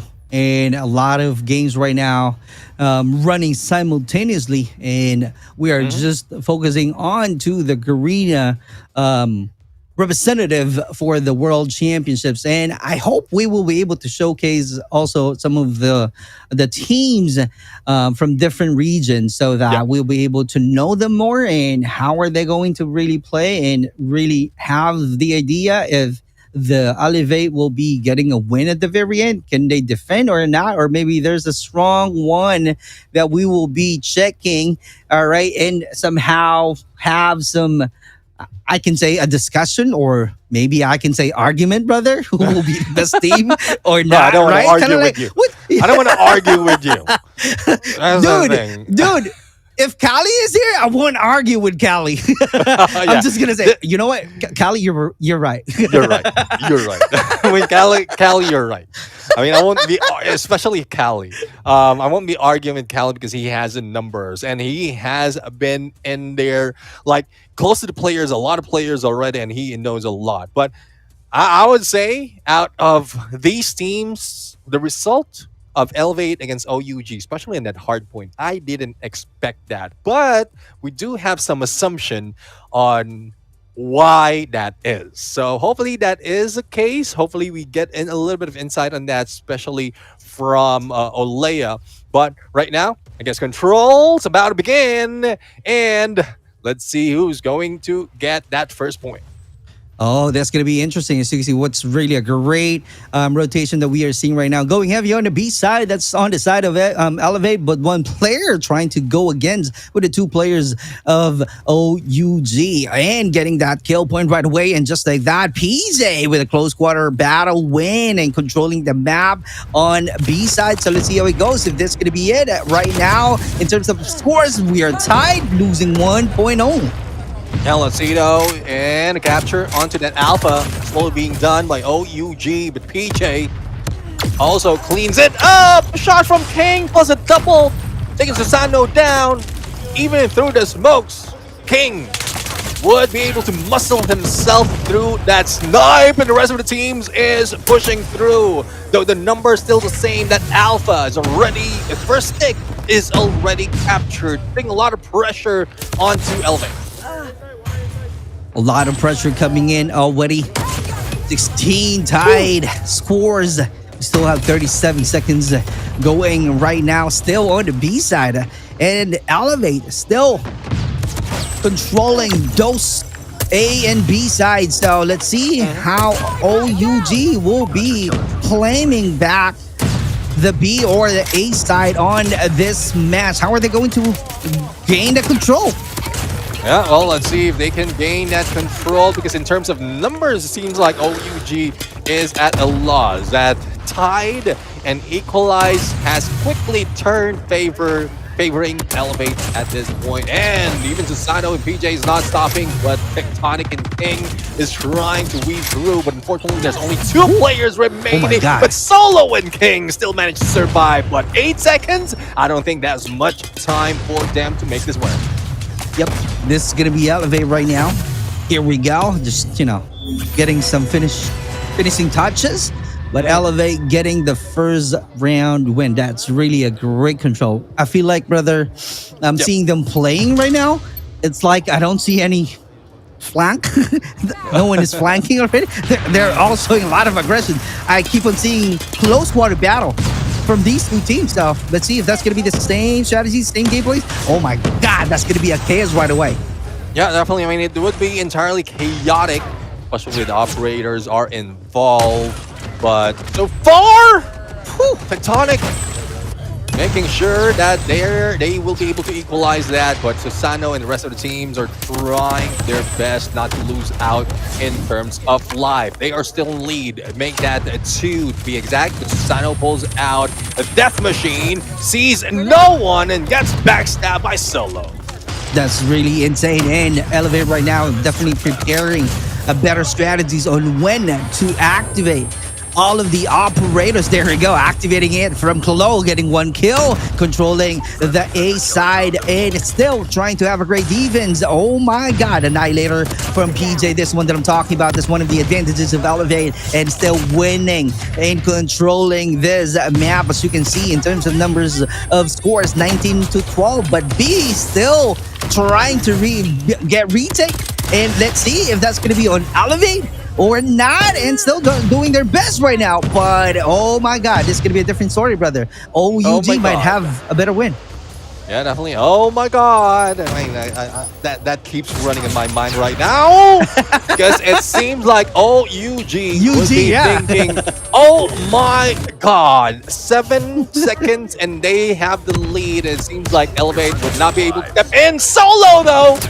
Solo heads in. King right now for the finisher. Only 3 remains and the time runs out. OUG grabs a point.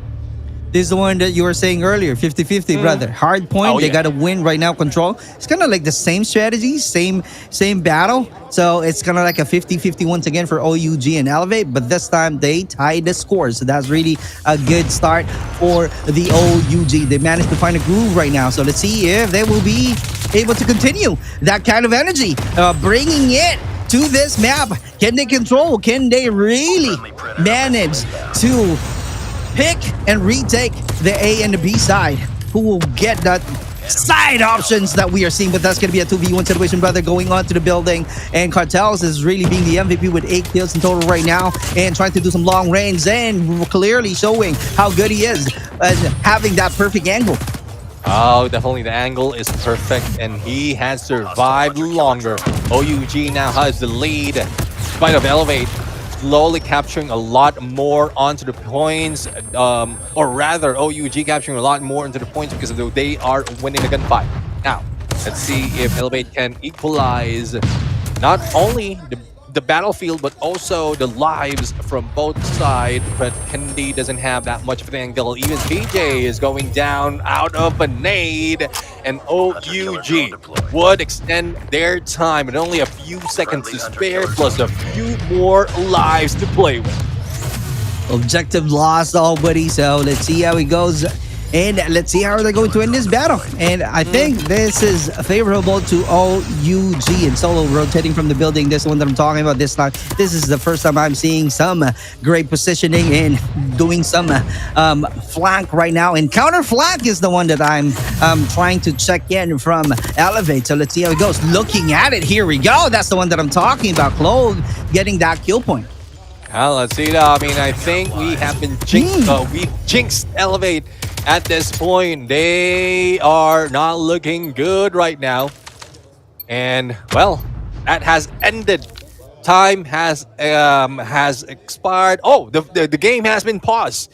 The game has been paused and everyone would be in a standstill. Now, the only question, though, is would they be able to continue on or would it be a rematch? Now, let's see, though. I mean, it's not coming from me. It's just my assumption that there might be a reset that would happen in Control. It might be. Yep. Might be a reset, or they might continue from the last time when we paused the game. So they're having some discussions already and clearly trying to make sure that everything runs smoothly. And still, in the rules and the mechanics of the game itself. So let's see how it goes. If there will be any other issues that they're facing right now, they just want to make sure that everything is fair. This is a world champion 25, so that's why they're really checking everything this time and want to make sure that this game will be fair to every players. Yeah, well, let's see though. And well, Control, from what we last saw, was very close, favoring OUG at that point. The only question though is it over or would it continue? So there's a lot of hope that Elevate would be able to do it or change the story when it comes back to Hardpoint, if that Control is already over. If not, if they'll be able to catch up on the point in a 1-2 or potentially a 1-2 favoring OUG, they would need to hustle because it looks like it can be a win for OUG from last time we saw it.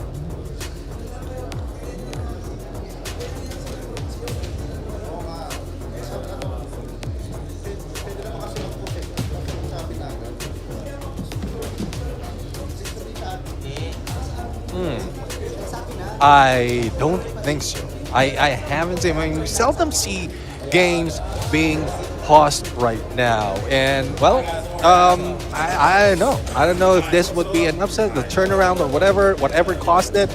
I'm pretty sure it will be explained later on. We're waiting right now. A lot of discussions, a lot of voices that I'm hearing right here on the stage. And let's see what's going to be the decision moving forward, because right now we're just patient waiting, the game being paused, and we don't have any idea on what's going to happen next on this game. Yeah, one thing that it would be happening is in a bit, on to the next game, we are going to see Cali on to our onto the desk right now, and Clark would be taking a little bit of rest. If I'm not mistaken, Cali's already on our comms, and well, Cali, well, how's it are going? you here? Are we on? Yeah. Are you on board already? Yeah, I'm here, man. Can you hear me? Yes, sir. I can hear you loud and clear. Well, yeah, I mean, looking into what happened here today, man, it's pretty interesting how that match 1 ended up with OUG winning it, because you think about Elevate before, Shen is one of their signature maps, but they got outgunned and outmanned in that hard point, and they had to win that SND just to turn this game into a tie-up matchup. But we do have a 1-1 scoreline here still in our crossfire, and Elevate are going to be on the defense. And if you talk about how things have been for Elevate, Crossfire's been that most rep map that they had since Garena Masters, so this is going to be quite well for them to convert right now, Neptune. Yeah, well, let's see if they'll be able to convert now. Now, we have continued this game already. Now, game for this Control is tied. Similar to what we've seen in the first game, for the first round, they're slowly catching up. The capture is being done by OUG. So, similar to what we've seen in the previous run or before we paused, and it seemed like that they know for a fact how to play with that alpha, because even from earlier, 2 ticks already down, and it's about to extend real quick. I mean, we talk about how OUG is kind of a prototype of Elevate, right? I mean, they're a combination of the best NA players that you ever had, and you dragged them into China. Unfortunately, did not have the best chance at qualifying, but are given a chance to play here and are doing their best to absolutely try to score an upset at the moment. It's pretty much a 50-50 battle here right now. It's still lurking.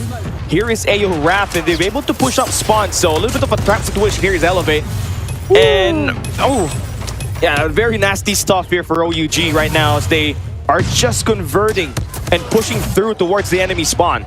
Yeah, I mean, if you use Hardpoint as a comparison, it seems like OUG is really perfecting their respawn games. Because we've seen that, you did explain that earlier onto the Hardpoint on how it ended up for OUG winning the game. Now, it seems to be on a repeat. Yes, this is a amalgam or a combination of Search and Destroy as well as Hardpoint, but it's still a respawn game, and OUG is taking advantage of it. And Yopi with a hack and slash, Susano with a follow-up, but unfortunate for them, they are at a loss in terms of time, especially if OUG will be able to go for the capture and King for the backstab, reducing the number of Elevate to 3, make that 2 against 4. I mean, they have to source out how OEG is playing this attack side, man. I mean, they have just run through your spawn multiple times, and there was really no answer. And PG's left to clutch a 1v4. No operator available for him. Stuns and utilities are being thrown out, and there's no information actually on where BJ is at right now. But if you're OUG, you're licking your lips. You want this game in your hand, and you take the Turrican round on the attack, so it gets a whole lot easier. Pressure now on the defending world champions in this coming round ahead. Yeah, definitely. I mean, the pressure is being felt right now, especially after that Hardpoint now in control. They are in, I would say, in a rut. Now, Solo, the Death Machine bringing death and follow through from the rest of the team, but it has quickly been equalized. But Susano will reload. Fortunate timing. Rap just jump on him, and Kendi might be able to pop through, but doesn't have that angle. Rough clutch that out. Here we go. It is going to be huge here for Yopi. Again, they find 5 players, so they're actually putting out OUG. Prep at spawn, and you're still working. Finding your way around the attack side here. You're working on that A side. You got one segment already locked in, and you're pretty much doing whatever OUG was doing earlier on the attack, where you're just putting so much presence on the attack side spawn, on the defensive side spawn, and that has allowed you to score a massive side number advantage here in this round number 4. Yeah, I mean, Elevate is just switching it around. Going in for A, now for the B, and they're just pushing that second tick. 1 minute remaining, and the time has stopped. Now, I am loving this presence as well as the turnaround that Elevate has done right now. They could win for capture in terms of capture, but OUG is still not slowing down. You are seeing the elimination already, and they are slowly being like baited in by Elevate. Just make sure that Elevate had a lead in terms of those lives. But for how long can they run this? Here we go. Susano again. He has been such a key player again. You take a look at how Susano has been playing the Type 63 all year long. And you try to pair it up against 2 Type 63. I think it's kind of an overwhelming play for them, honestly. Yeah. Knowing that OEG plays a bit more aggro, but you kind of need this one to go to favor your way. Right now, if you're Elevate, 3 players go down in your side. Pushing through is OUG. They got that top P1 control, so you're kind of losing control on the map. Yeah. And you're forced to stay back and try to work your way around the A side for now. And BJ's gonna have that information that, hey, there are a couple of guys around my side. If we try to nade them out on the top 4, and that information, the micro play and the decision making for Elevate to try to soften up the defense and just try to play for space is on the line. And there you go. Still got 1 live advantage here. Still bursting that utility to try to fight for as much space as you can. Oh my god. How many times does the AO Rap has punched his players from Elevate, right? This guy might rival Manny Pacquiao, but Elevate still. Numbers advantage for them, and big kill for PJ. That has opened things up for them in this point. Yeah, on 2v4 in terms of live right now, and time is running out. The only thing that OUG has to do is make sure that they don't die out, but it is becoming difficult as Cartels. He might be able to clutch this, especially with that Odin, but from the side, Kendi sees him. He's been taken down. The scores has been equalized to 2-2. Okay, so who's going to take the defense is the question. Looking like it's Elevate that will take that one. So you're gladly going to be happy with that. But you kind of utilize your operator, the War Machine specifically at the end of that round. So you don't basically got anything for the late game here moving forward. So you're trusting to have such map dominance on this defense so far, and you're sending 3-man on the Butchers to absolutely go in for a massacre. Only finds 2 eliminations though, but you've done the damage. Yeah. That's 4 players down for OUG. And if you win the first 5 kills in this matchup and there's no trade right away, the potential of your map control is insane. And right now, it is not as promising as it looks like, but they have P1 control, which is this A site right now on this Crossfire map. I mean, definitely agree with that point. If you'll be able to get 4 or 5 elimination in the early, it's more of your control already, because it takes a while before you head into position to go and respond. And you can see that Crossfire is also a huge map, a little bit of big map, and a lot of obstacle to face when you're going in from your spawns. But Susano, with a couple of elimination and that death machine, increases chance of Elevate taking this win in this game. And even a capture has been averted on to the very close second tick on an Alpha, and now still not being cleaned up, but Yopi is on a roll. Might be able to squeeze himself into Tectonic, but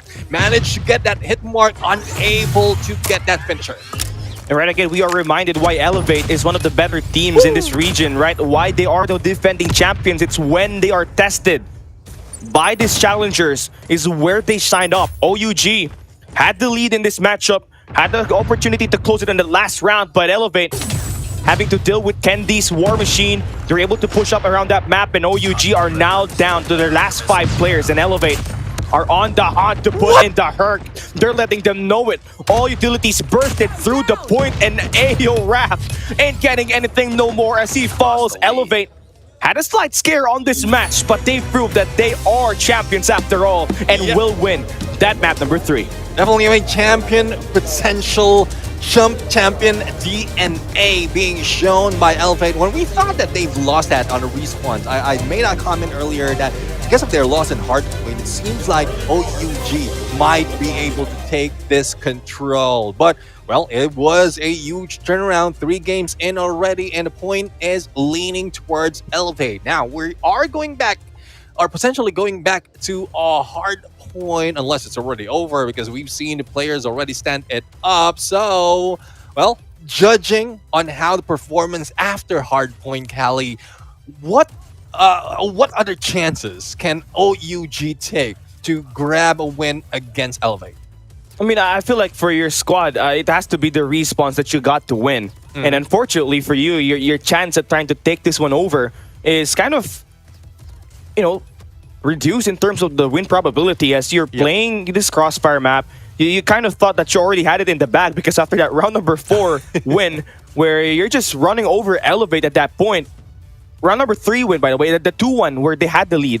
You just kind of thought that you're the ones that will run it down and win it, just like what happened at Ascenda Hardpoint, but it wasn't the case.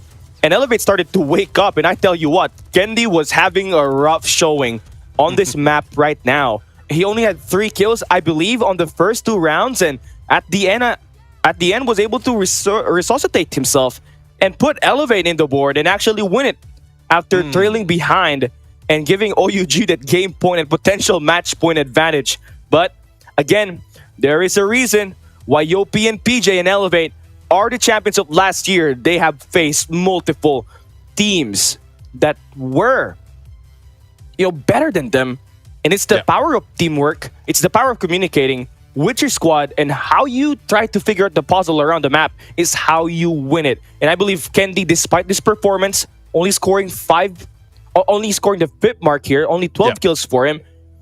That round number 4, where he had the War Machine, was eventually the turnaround for Elevate. Why? It's because the map control that he was able to get from that War Machine to stop the push coming in from P1 to shut those guys down, eventually paved the way for them to surround all of the lanes in Crossfire, which is very hard to do. But with Kendi, it was all made possible here for Elevate.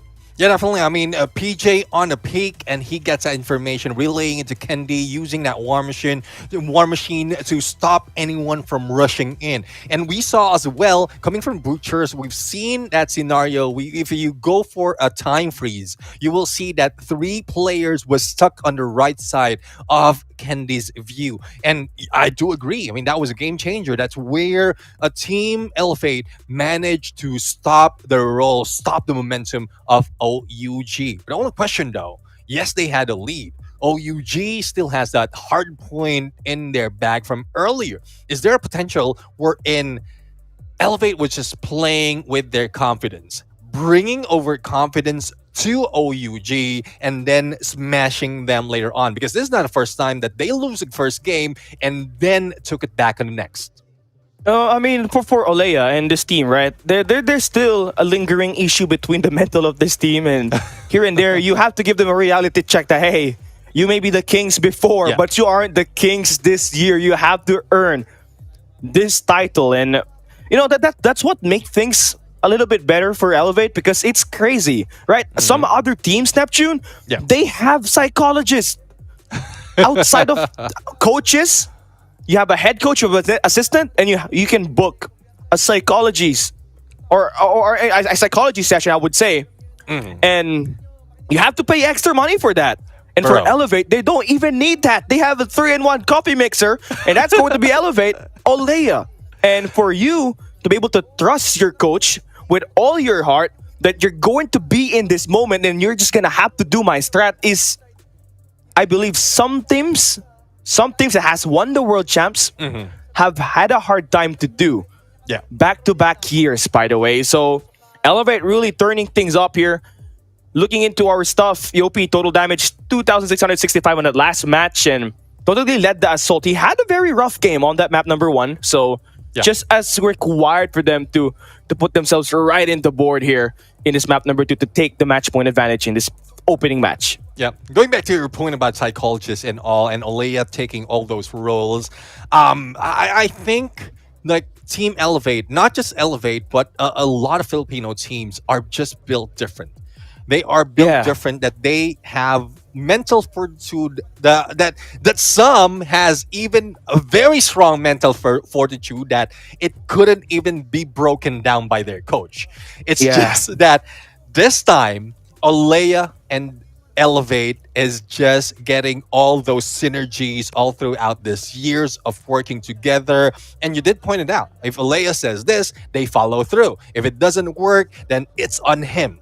He takes that blame. He takes that on his shoulder, and it's not putting it on specific players on the team. That's what I believe, because I know for a fact, being a coach, every mistake your player does should not totally be their fault, because it's either you said it wrong, you taught it wrong, or it's just that whatever you're doing is not following through. But this time around, like from what we've seen, the progress of Elevate from when they were WPM to what now they are Elevate Puck, they've just evolved differently. Every player, whether it's new, whether it's like from the OGs of the team, are still playing it strong.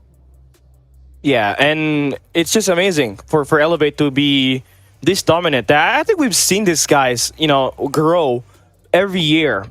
And for me, it's really personal with how Elevate has done all throughout this years, because I've casted these guys. Actually, I casted their coach Olea back in the days, and back then he was one of the pro players, by the way, right? So he really made a mark for himself. And I think what separated him as a coach outside of the coaches that you got here from other regions is that he, therefore, had not played a real Call of Duty game, by the way.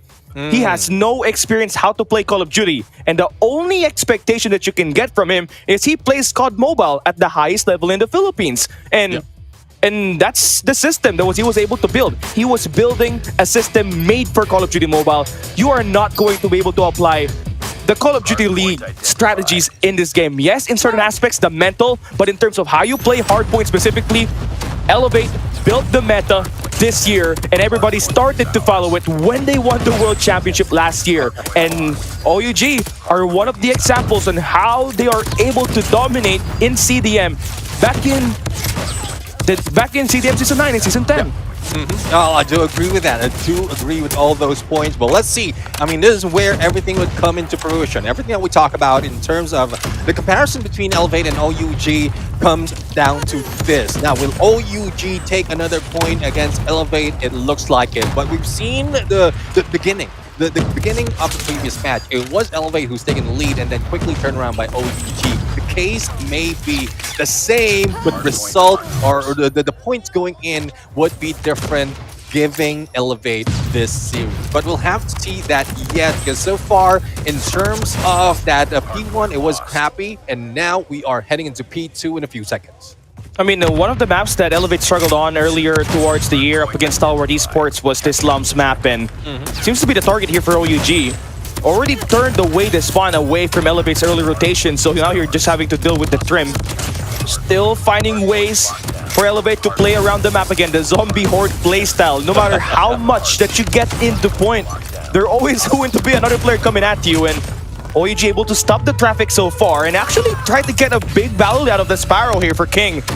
So everybody is split spawning for Elevate, and that's how you dissect the playstyle.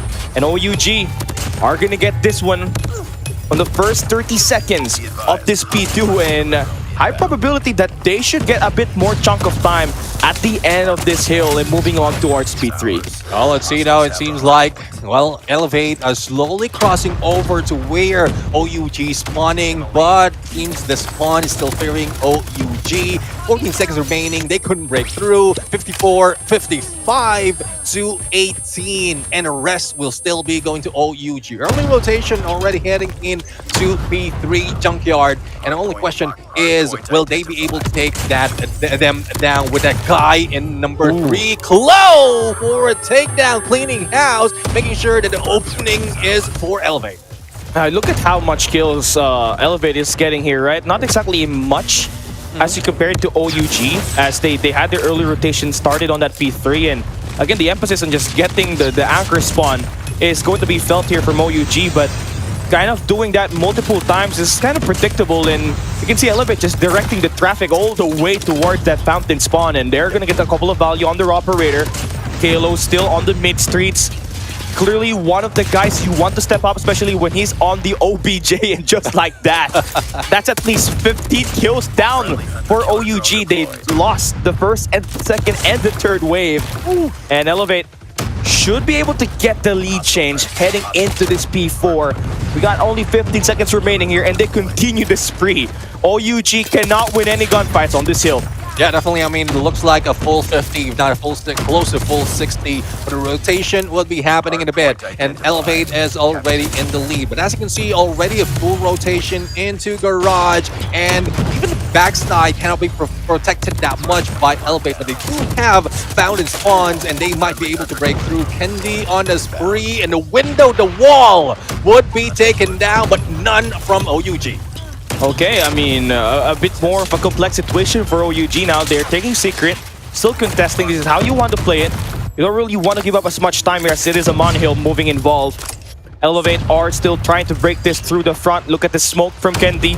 That's going to set up Kalo to make the play here to shut down the guy on the red car. And just like that, a quick break. And normally, people are going to have a hard time breaking P4.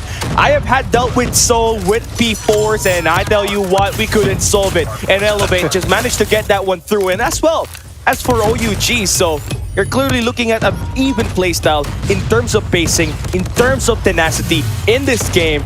Elevate and OUG looking at how this match is turning out. We might potentially see a 250 to 240 scoreline at the end of this match. Yeah, definitely. I mean, it's getting close right now, and we're not seeing any potential of what happened in the earlier hard point where it was like a snowball effect.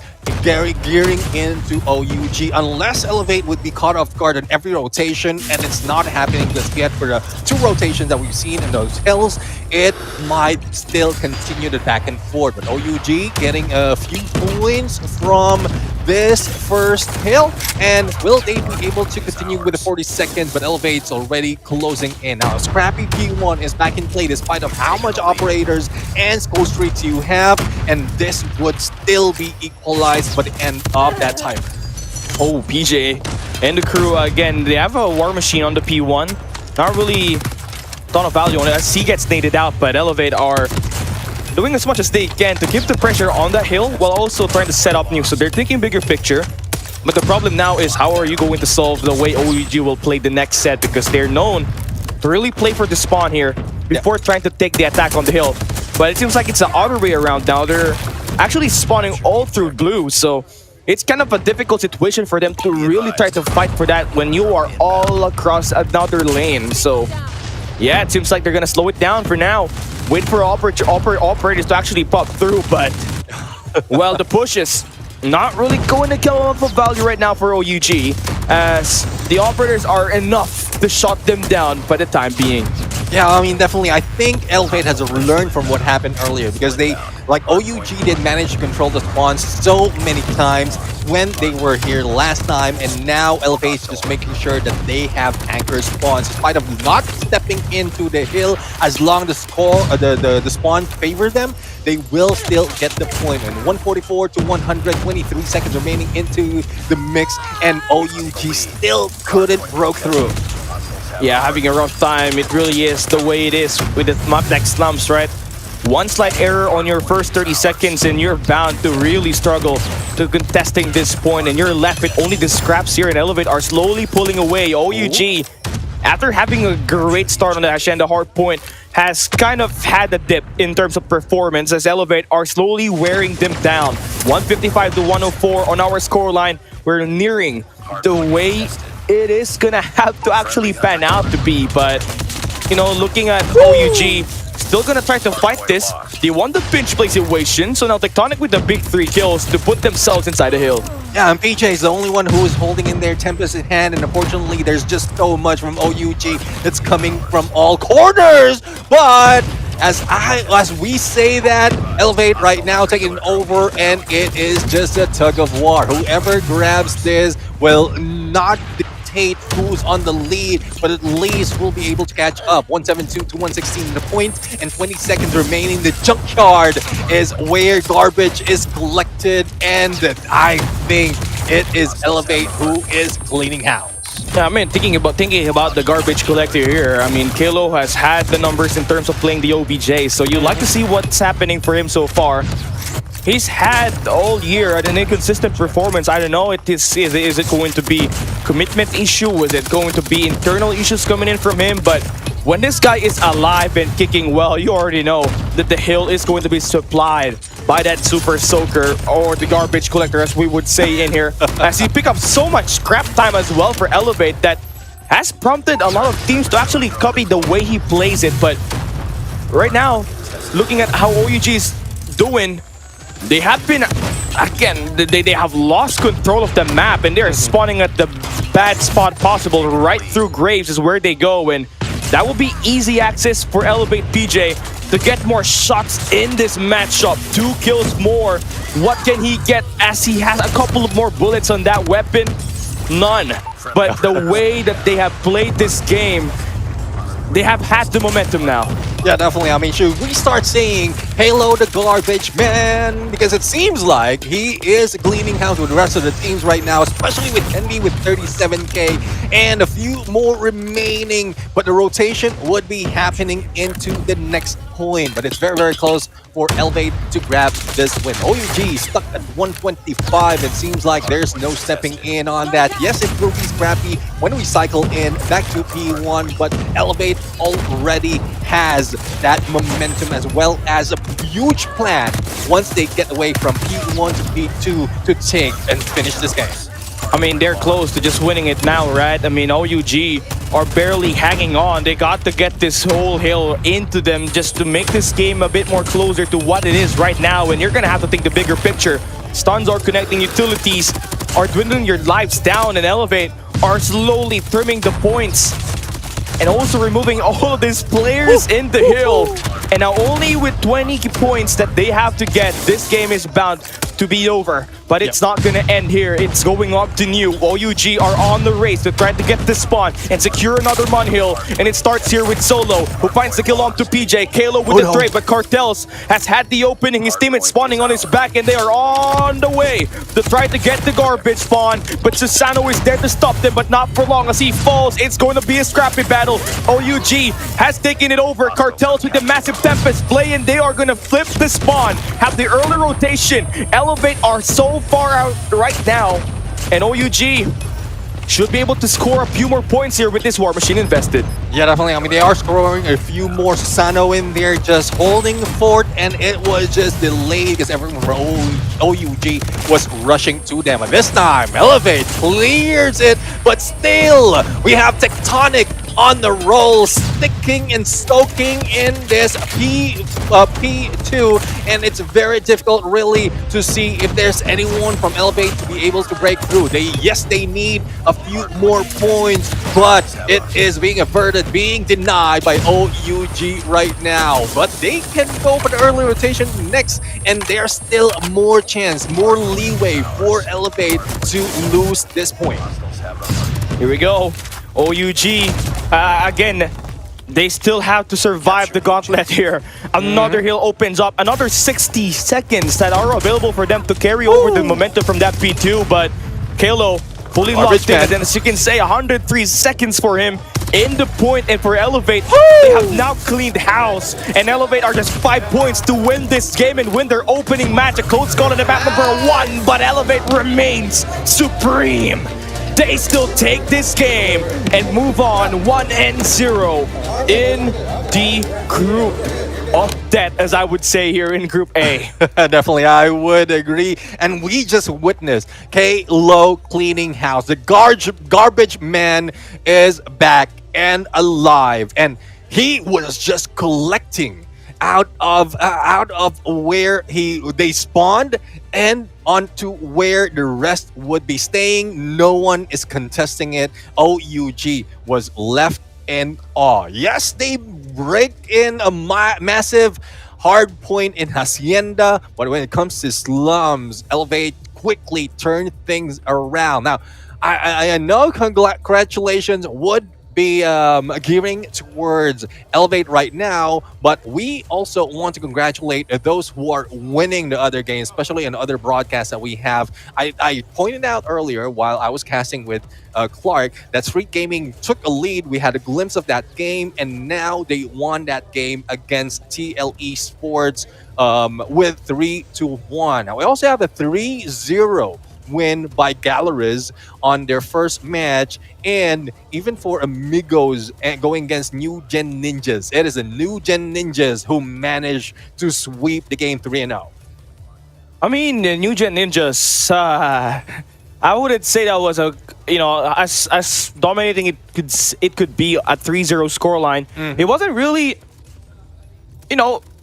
a dominant win coming in for New Gen Ninjas, as I would say, as they had to fight tooth to nail to win that. I believe it was 12-10 on the scoreline on the S&D, and it had to go to an overtime at Crossfire. So it's going to be a tough road all aboard, as it does look like Latin America this year are a big threat in the World Championship, as they finally have all 5 members, a complete roster fielded into Poland. But that can be a story for another day. We look at how Elevate played this game, and Kendi. Haven't really seen a lot of Kendi MVPs all towards Garena Masters, but here he is looking pretty good. And it's going to be great. Let's have a look at an interview here with PJ and Seymour. OUG not even expecting to be here until 2 weeks ago, and they come in and they give you a tough battle. It wasn't easy, was it? Yeah, it wasn't easy. I would say it wasn't easy just because even though they just came back, I still think they're a very good team, especially with their lineup and their exposure on CDM. So the environment in CDM made them very strong. So I would say they're a very big contender. Did that first hardpoint loss, did that knock your confidence at all, or did it just fire you up? I really don't think it knocked our confidence off. Just like last year, we started really slow. So I think this is a good head start for us. So 3-1, like you say, it's a good head start. It's a good victory to kick things off here. Does it settle any nerves? Did you have any nerves coming in here as the reigning champions? Not really. We just came here to do our best, and just like our coach always say, just do your best so we don't have any regrets. I'm happy with the result as of now. Is there any part of you that's looking backwards a little bit because you were so dominant last year? Are you looking to reclaim that form here in 2025? Sorry? Are you looking to be as strong as you were last year? Do you think that's going to be hard to do? It is going to be hard to do, considering we shaped the new hardpoint last year, and now every team is adapting. So I'll say that this year it will be a very harder challenge for us. Well, best of luck, PJ and Elevate, getting off to a winning start. The world champions looking good. And there you have it. You just heard from PJ. And I do agree. You did mention this earlier that they did shape that hard point, and now everyone is slowly catching up with that gameplay. And we know for a fact that Olea does have a lot more on the bag in terms of tactics, what they can bring to the table. But there's what else can you bring in out of years of experience, years of scrimmings and finding out from the tournaments after tournaments? Like, there's only a few leeway that you can use to improve yourself in one specific mode. I mean, yeah, I agree with you on that. It's just, I feel like for Elevate, right, in the whole Garena region itself, Neptune, I feel like having access to play up against the best teams in China really gives you a great reality check on where you are right now, because you're very close to proximity towards the strength of competition in the world. I mean, you talk about the global region itself, the biggest tournaments are not on the West. It's here in the East. CDM Season 9, CDM Season 10. We talk about Wolves, Q9, SPG, OUG, and even X-Rock. You know, having to be able to get an access to play them at a stable ping is really gonna have to hone your whole system down. And for Elevate, you know, it's just all about maintaining at this point. And it's kind of unfair, I would say, knowing that we really don't get a lot of changes in the hardpoint map pool, as I would say, because basically, like 4 of the 5 maps that are available here is kind of a mastery map already for them, and all they just had to do is maintain it, right? Yeah, well, definitely they will need to maintain it. But I mean, hopefully with what OUG has shown right now going against Elevate, and I know the prestige that Elevate has already, we pointed that out so many times, and it seems like OUG has squeezed out a lot of tactics in this game. There's a potential that they, if that is the fact, if that is the truth, the fact of the matter, there might be a chance that this would be a reference for other teams to take a one-up against OUG. Do you think that is something that would happen, especially when you're faced against OUG? Yes, they have the championship DNA, but the game style is not so much different from what we've seen before. I mean, I agree with that. You know, for Elevate last year, they really invented a new way to play the COD game. Nobody really believed at them because they lost 2023 Stage 4. But reality check, right? They move in Stage 4.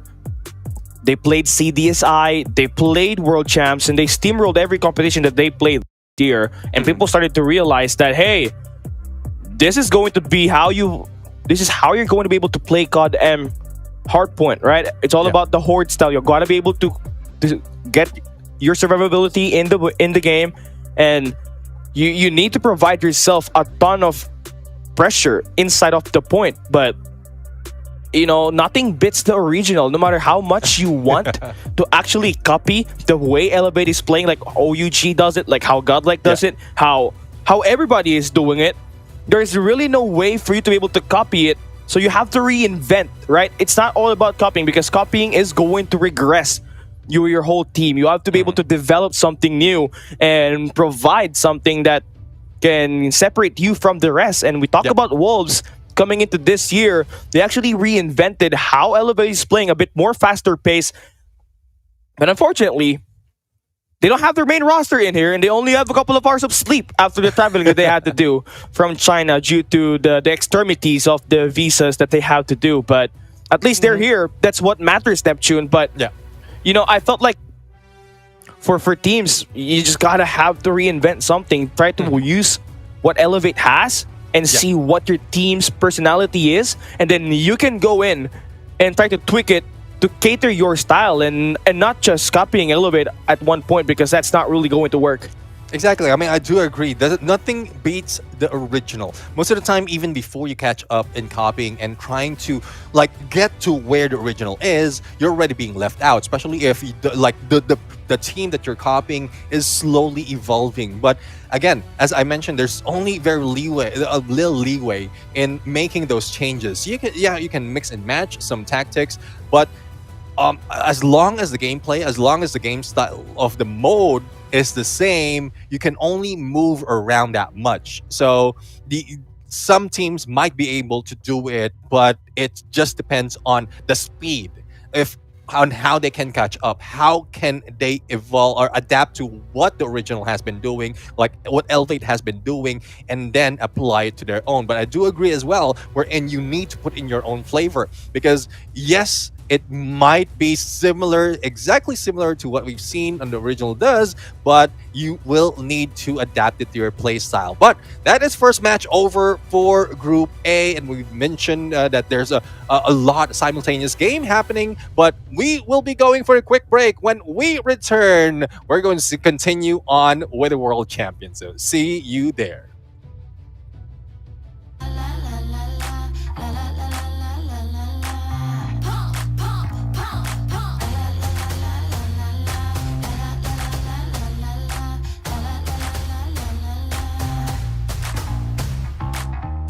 Listen up, I got a way we can juice it up. Fill up the tank if you're tough enough. Turn up the sound till you feel it pump, pump, pump. Pump it up, go higher. So hot like fire. Pull it up, reload. Turn it up, full power. Pump it up, go higher. So hot like fire. Pull it up, reload. Power up. Hey, can I be a little outlandish for a sec?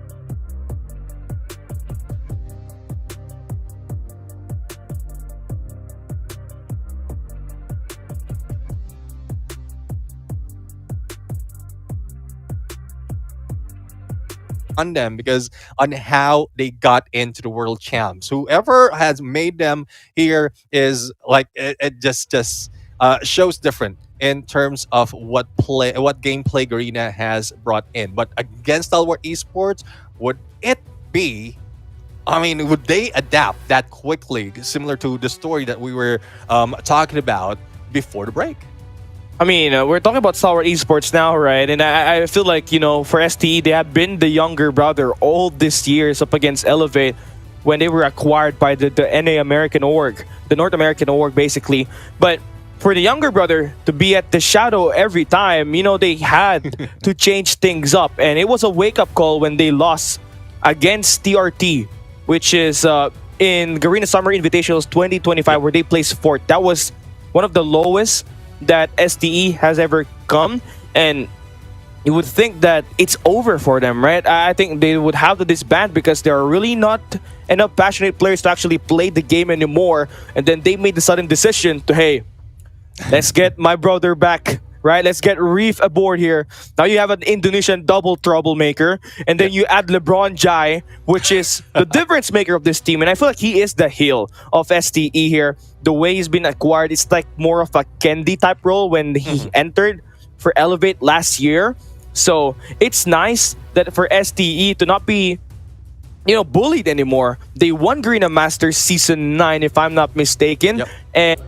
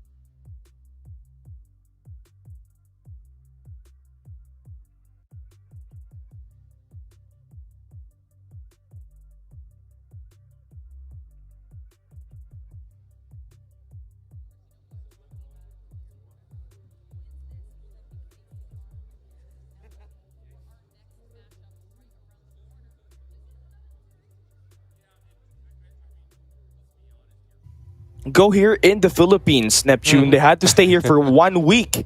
They played here for 1 week, and they made sure to play Garena and get best information, or like get a hands-on experience on how the region works, and they're gonna try to bring that here and try to work up these guys that they will be playing, which is UMD. Yeah, well, let's see though. I mean, UMD from a past, especially in my generation, UMD means differently. But now a mythic dream. Wait, what? Universal What is Motion Dancers. You don't know that? You don't know Wowie de Guzman? That is I know UMD. Maui. The Maui Wowie. No, I mean, kidding aside. We're talking about two different things. I mean, kidding aside, I mean, UMD and Mythic Dream, they have that core, especially in the coaching staff. And you did mention about the storyline behind that. And hopefully that would be beneficial for them, because we've seen a lot of those who were able to go into this fight. But we just heard from our producers that we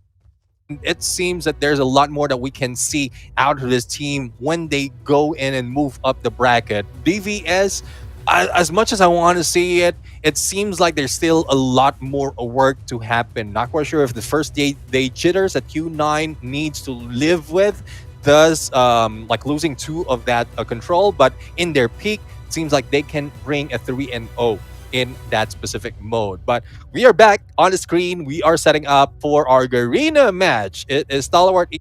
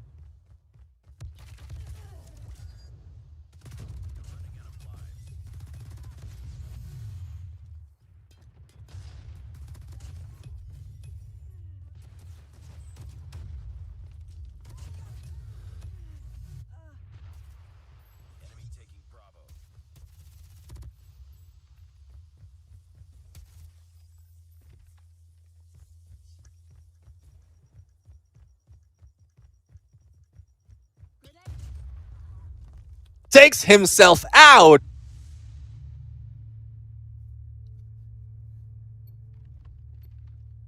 Plan for the next game, but as a defender, it seems like Stalwart Esports would be even more tough to beat. It does. It's really like that. You know, you're entering this game, you would think that you're gonna have a hard time, and you have to double up the efforts here, right? You can't just go 100. Have to go to 100% on your focus and ability to actually read the puzzle and how you try to solve it. So far, looking so good.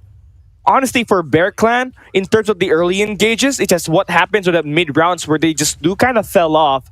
But they're holding their own here right now at the moment and are pushing through. But FTX on an 8 spree and an Annihilator available here on this round should be able to give them another elimination there. Reef got Nate as well. It is what it is. Bear feeling the wrath of the younger brothers of Garena in SDE. Yeah, it seems like Stalwart Esports has spent so much time in the jungle to get away from the fangs and claws of a bear, and they are slowly bringing them in. But Alpha has been captured, extending the time that they have to play. Now, in terms of lives, it seems like it is equalized between them. 7K. Already almost seeing one, but that was his teammate. And what held that Sparrow for so long? The moment in switch, he got taken down. Okay, so now it's a pretty close matchup. Bear Clan actually doing pretty good job on just pushing and utilize. Oh, never mind. As soon as I said that, you have FDX going in for the killing blow there with the punching gloves, but looking at how you try to see it, Bear is entirely not that bad. They have a couple of ideas on how to play the crossfire map, just the macros that are kind of lacking, but they are here to play and are currently in a situation where they could win a round. And looking at how this one's getting played, though, a bit more pacey coming in for STE, and they just quickly turn down the tide in favor for them and have now increased that odds on the live count. It's a +6 for them.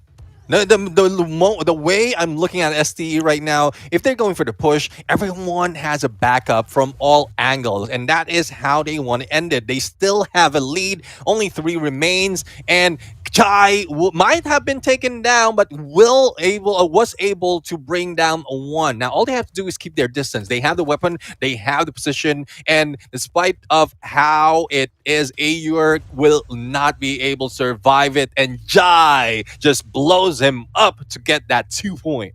A beautiful plays coming through there for STE, but you also still got to highlight that this is the first time that Africa is going to be set into play here. So we have a lot of Arabic fans in the chat here. Maybe they are supporting Bear, who's going. It's currently an Egyptian team, by the way. So, yeah, I mean, definitely a lot of investments coming in for Africa, and for Bear to come up here, you know, they really are putting the hurt, but the late games, those experiences coming into play for STE.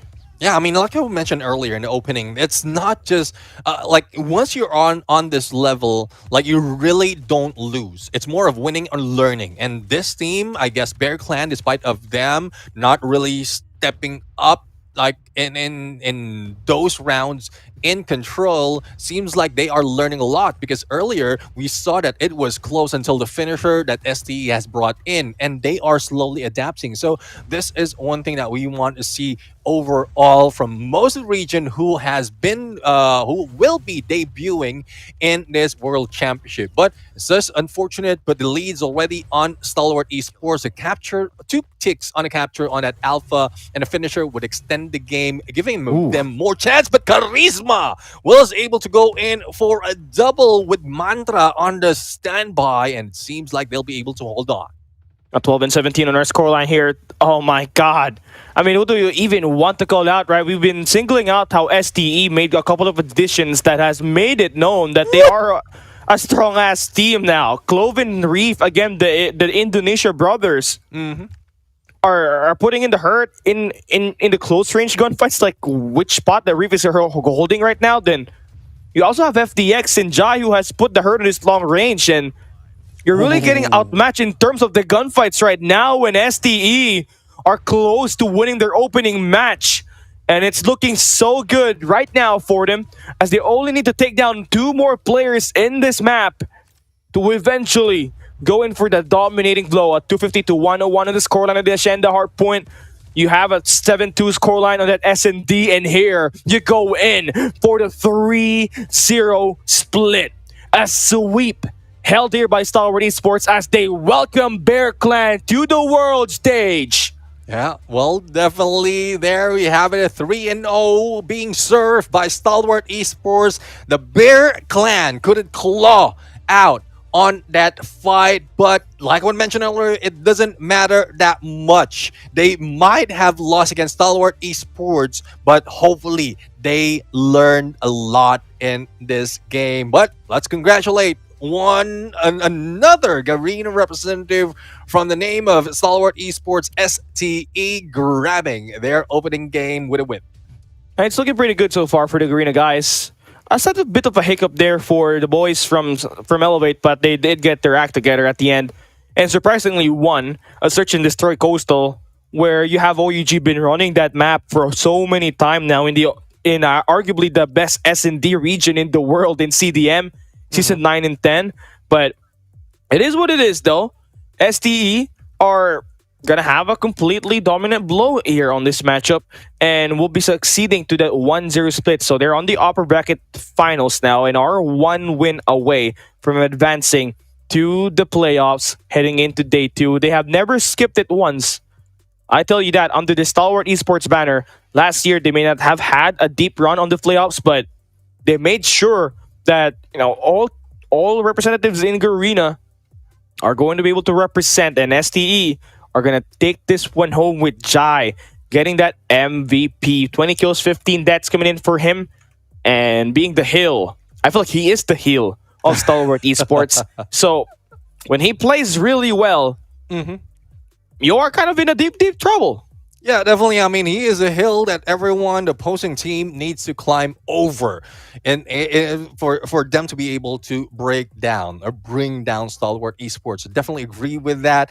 And there's just so much of superstars that will be coming up on the following games for STALWART Esports. But I do agree. I mean, the opening game, most of the time it's scrappy. For STALWART Esports, they are just growing stronger and stronger. I guess that's that Garena Master victory did give them a little bit of motivation despite of how much they have been denied so many times, so many years. And now with this team's back in play, they are a good chance that they can be the next contender on against the defending world championship.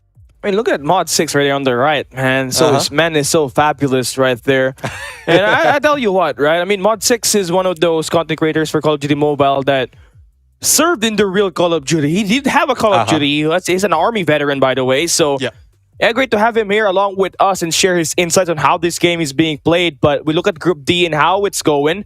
Street Gaming booty slamming TLE Esports on the upper bracket. I would never see that one coming. And a rude awakening coming in for the LATAM scene once again. Moving into Poland, everybody having their visas. So now we get to see 100% capability of the LATAM scene this time around. And Street are looking to challenge STALWART Esports for the qualifying spot to day 2 later on today. Yeah, definitely. I mean, looking at the historicals for TLE Sports, they do have somewhat a perfect run on their qualifiers, and Street Gaming has a lower potential. But them against Street Gaming, it seems like Street Gaming would look much stronger. But well, we've seen that preview, so it's STE going against STG, only 1 letter difference, but it's more of the tactics that would really change the match.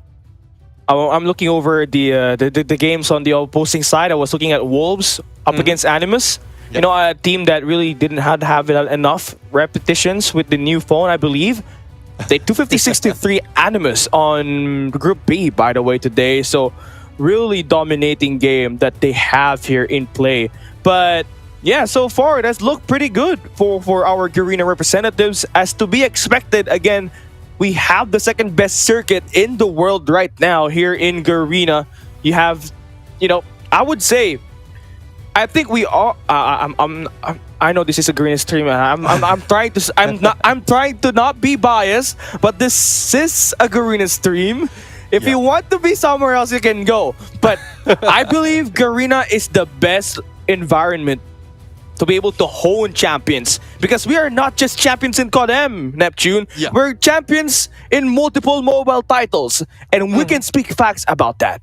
Yeah, definitely. I mean, one thing I would say is you did mention about storyline wherein they would spend so much time in practicing against Garena teams, because that's where the heavy hitters are. When we talk about like great strategy, different tactics, the rush gameplay, that's what Garena has to bring even before they became champion, even before Elevate has brought championship. That's what we expected. So, like, no question that Garena is one of that region wherein a lot of potential, a lot of hopes has. And then Elevate comes in, shows up against everyone else, and everyone is trying to catch up. Everyone's trying to learn, relearn, and think what Garena would do. What would Garena do?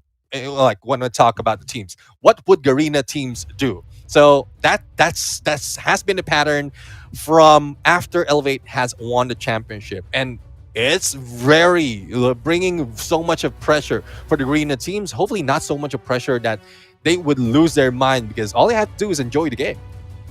Yeah, and it's going to be, pretty well for us to know that our circuit here in the Philippines, we only have 6 teams in Garena Masters, but one thing more than likely, the quality that we have can be pretty similar to how Chinese teams actually play in the Call of Duty Major in China. But hey, we're moving on. We're taking a look at the Wolves squad, and I tell you this, another funny fact here, Neptune. King is back in Wolves, and for everyone who are tuning in, Wolves King was begging to retire since 2023 World Championship. He had to go back mid-season in 2024 and help Wolves book a ticket to the World Championship, although they did not have a great placement. It was still enough for them to be able to score a big bag in that matchup. But you move into 2025. Finally, King is able to take a break. But here's the catch, right? He is doing side quests in Taiwan. He won the Taiwan Championship to be able to give his team the opportunity to play in the Garena Stage 4. And then Xrox said, hey, you're still playing well. Let us get you. Moving forward. And then he played and he eliminated OUG in contention for the World Championship. And talk about being a gatekeeper for the NA teams. Here is King. But they did not qualify, by the way, Neptune. So here's the thing. He did not qualify. That means it's over. He's not going to play anymore. Finally, I can take a break. And then visa issues started to happen. And Wolves was like, hey, do you happen to have visas for Poland? Let me take a look at my Taiwan passport. Oh, hey, we're actually okay. I can travel there without any paperwork. Okay. You're joining us for the World Championship 2025. This man cannot stop winning. Many people, many players beg to play the World Championship. And King is trying to stay away from that for 2 years, and he still finds his way here in 2025. My God. Crazy insights right here.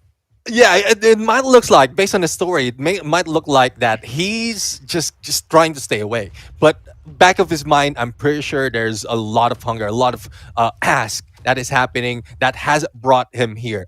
He won't be doing that. He won't be succeeding if he doesn't want it in his heart. So I believe it was the other way around. Now let's see if this is happening now. The Wolves King, after Sound, managed to get 3 elimination, leaving 1 already. And Animus would be at a loss at this point, and Kairu couldn't survive against 3.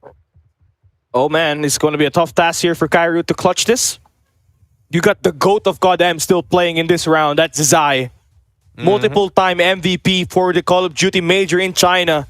Whether it be Season 3 or Season 10, he is the GOAT.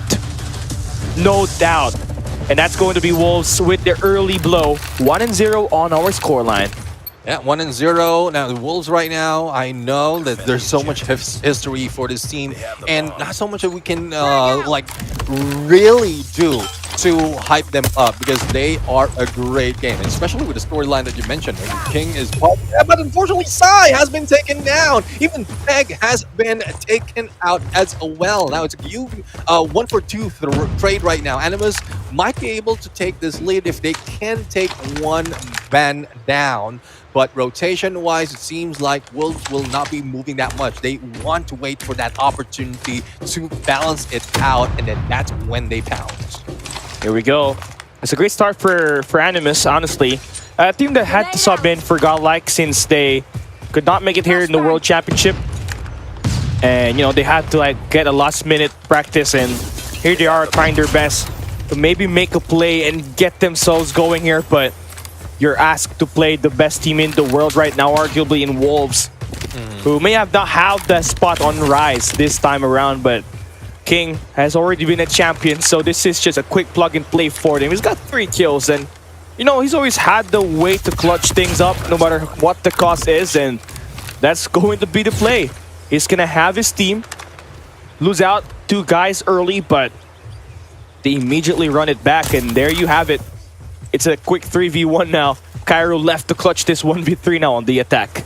Yeah, let's say, I mean, Kairu has been given that opportunity earlier, but it seems like he will not be given that chance this time around. King was the one who finished it earlier, and the same story happens right now. Or no, was it Zai earlier? Zai ended him, now it's King. Everyone wants a piece of Kairu. You hate to be that guy to receive all of those aggression. Not really what you want, right? But if you're the shotgun main, you're expected to play for contacts and try to be the entry point for your squad. But how do you even cross it when you have a PKM actually blasting through your wood? Another first blood dropped here by Animus, by the way, looking pretty good, I would say. For Animus on the attack, it's just how you do on this coming round, seconds ahead, that will determine how are you gonna win this round. Let's see if they'll be able to do so.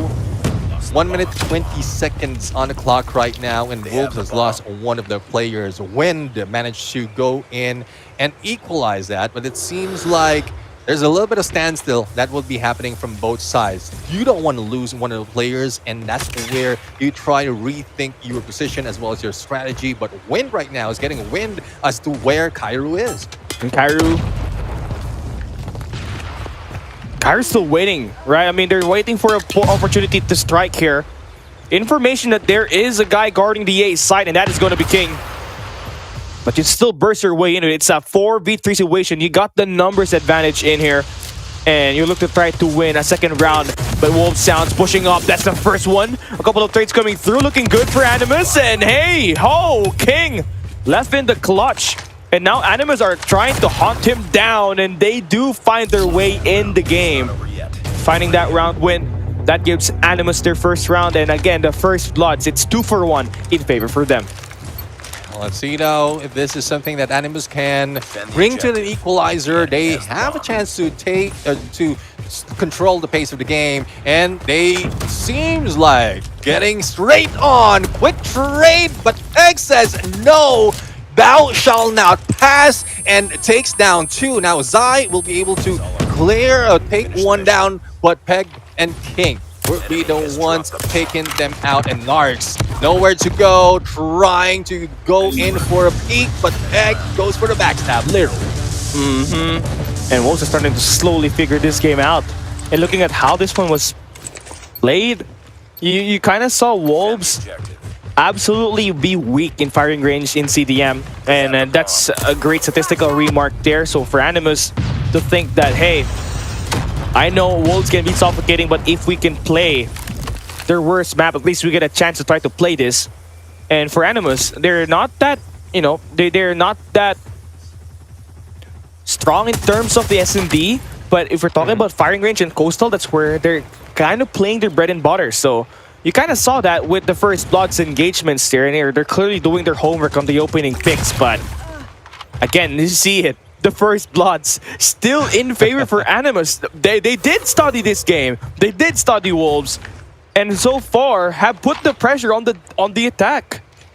Yeah, let's see though. I mean, the attack, it's where Animus is taking the lead, but the finisher, it's what's important. If they'll be able to make that finisher stick, then they might be able to balance it off. 3-1 score is not just something that Wolves will be letting go that easily. They would continue on and get themselves closer to closing this game, not giving Animus that chance. So as you can see, Zai even playing around on that A-long, trying to make sure that position-wise, no one can catch him off guard. But Zays right now tags up a 1. Information has been relayed, and Zai might be pushing through. Missing that stun or nade, and still they are on hold. I mean, the GOAT Zai with only 1 kill is very unlikely, but this is teammate King has done the dirty work in finding kills here so far. Shark pushing in. Oh! Look what they have. Look what we have here. They've opened up the A side, but hey, you try to plant that bomb. King is gonna hear. There are a couple of noise here. Bomb has been planted now, and you're tasked to play with King on the front line with the sniper, and he has equalized the number. Sound going in for the long flank, and you're kind of waiting for King to stay alive here as much as he can, as your teammate is slowly gaining up space. Animus knows that there might be a potential flank in play here. So they chose to stay in towards the barrel side, and that's where King decides to make the pick work, but he falls. Trading it out, it sounds, on a 1v1 situation, he's gonna get tested. Again, his first time in the world champ. Oh no! He got caught standing! What are you doing, good sir? Oh, sound has just been silent, and it is Daddy Shark winning the game, bringing in 3-2 into this match. Animus, well, surprisingly, I think that was a misclick. There's something that happened there in the final moment, or probably it's just not enough time, and well, Animus grabbed that point. Let's see if this would be the motivation for Animus at this point. And there goes the takedown. King not letting off, not letting that go easily. Whenever Firing Rage is involved and a couple of guys are really depleting in terms of impact, King has always been that guy for Wolves, no matter what year it was. So it's pretty nice to have him around here. But Animus have done a great job either taking the first blood or trading the first blood. Oh yeah. Yep, definitely agree. And well, let's see. I mean, the first blood might not be onto Wolves, but you did mention about trade, and the trade is 1-4-2. And Peg has been taken down. Now, it's equalized 3-3. Another standstill is expected out of these teams, and whoever moves first, whoever would be impatient, might be the ones going down first. Yeah, that's for sure. 49 seconds remaining. You still got time to play around with here. You're trying to get some information. You send out Narcs, but Wind gets across, and now it's starting to feel suffocating. All 3 lanes are covered up by Wolves right now, and everywhere you go, you have to play for a contact. A great way for Shark to try to burst their way in towards middle. Just not quite sure if that is the best route to take. I take that one back. I think that's the best one. Shark has found those kills, but it's all down to the GOAT. Michael Jordan of Call of Duty Mobile. Sai is here to force a clutch, and hey, this guy has to pick up the bomb, and the GOAT. A couple of missed shots. Very unlikely. Okay. 2 rounds straight. He is gonna fall, but he converts it on the 3rd attempt, and there you have it. Wolves are gonna take it home. 4-2 on the split here on the first half.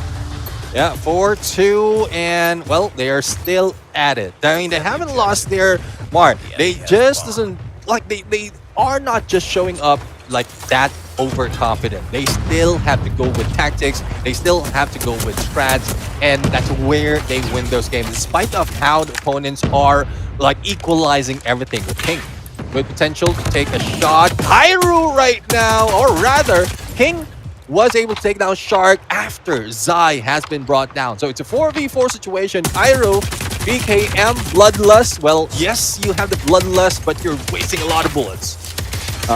Also announcing yourself that you're here, and you're trying to welcome the squads in open arms. So Woes, they're able to single out at least that one guy is on the barrel side, and once a lineup is added in, That's how you know that Wolves are going to go out to hunt. Slowing things down is the pace here. Trying to bait out Kairu to make the push, and just like that, you have taken down an extra player that prompts you to have more confidence to plant that bomb here in the A site. And Animus, again, only having 3 guys alive, less lanes for you to worry about. Let's see. 3 guys might look promising, but if that is the case, well, it seems like the Wolves are taking advantage of this. Ace cannot say anything about it. He caught wind, and he has been blown. And the King, with the crown, sees one on that peak, on that swing, and Narcs will be taken down. That sonic wave from Sound, breaking it down, and 5 points being grabbed by the Wolves. Okay. It is taking a while for Zai to be there. And King has done the damage in his earlier rounds. Either it be him to trade the first blood right now. For Wolves on the attack, I mean, you've seen a pretty slow-paced turtle type of play for A&M on the attack side. So you're kind of pretty much doing the same thing as well. Kind of filling each other out on how this round will go. A couple of wall banks to stop any lurkers around the wood board. So you clear that one out on this first 30 seconds. So progression-wise, you know for sure that at least they are on a default somewhere around the map. And you're sending out your player in King, so that should turn some heads here. And they work to the first blood, by the way. They take down Saze, and now they're on their way on the A site.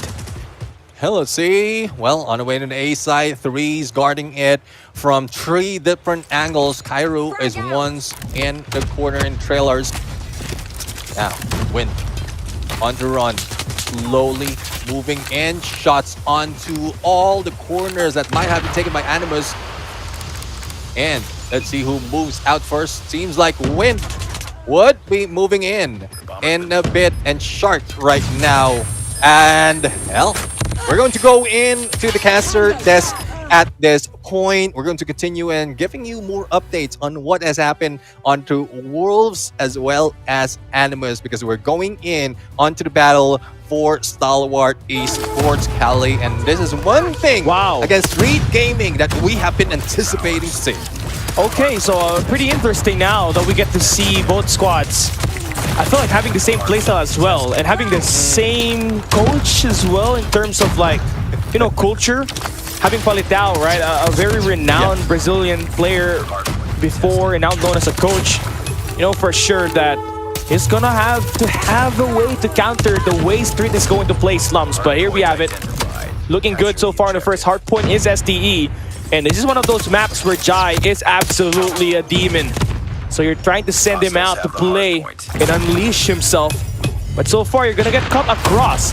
So that position to play for the spawn flip is absolutely turned down. So you're trying to break through the front. Now let's see if they'll be able to break through the front. And seems like Street right now slowly breaking through and taking this hill for themselves. And the spawns is not favoring even Stalwart Esports, but they can break through if those shots can land. Reef and Globe managed to take down Zera and GDO as at the same time, but Reef playing in that Sparrow, clearing the area of the spawn, still not yet flipped entirely. And just like that, Stalwart Esports grab this hill. Yeah, well, Street, I mean, I tell you what, even though they are not going to be able to take that last 20 seconds, you just kind of had the idea that, hey, they can really execute stuff.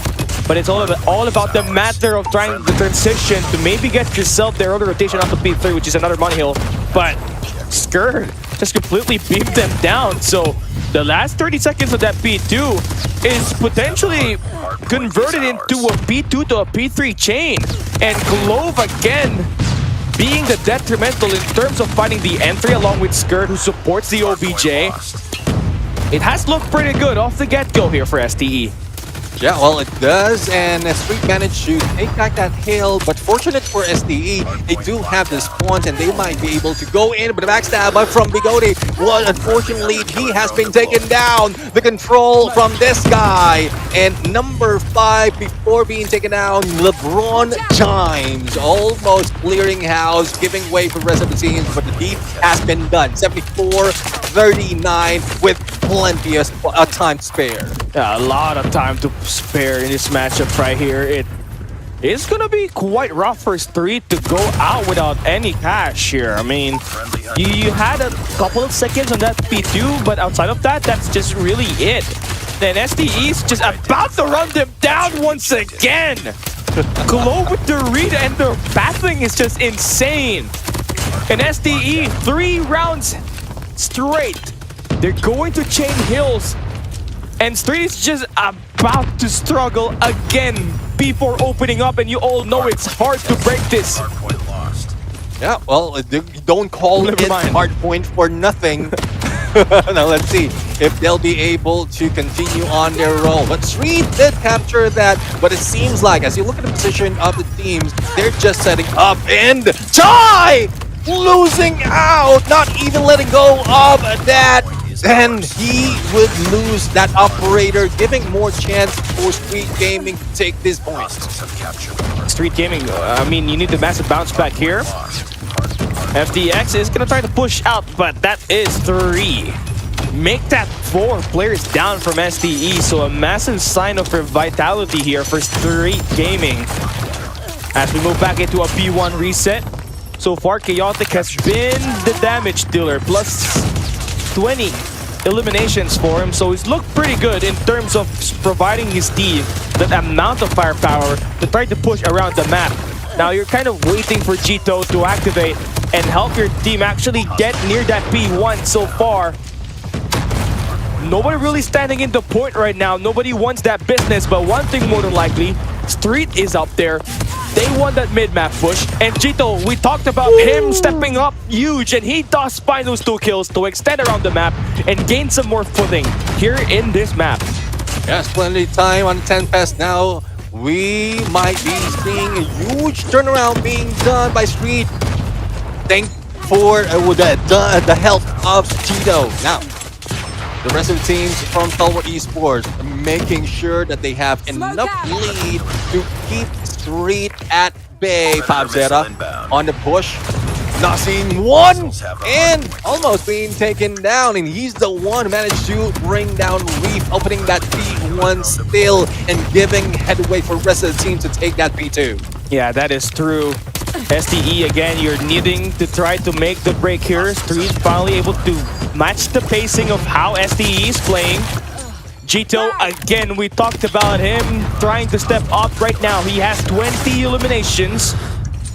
7 kills on the last 2 hills, looking pretty good. We're seeing this P2 barely open up, but now there is a big problem on that P2 where no matter how much you're able to get a good foothold holding down the spawn, no matter what, there's always a way for STE to find their way inside through the front, and that needs to change. FDX and the crew are just being given time.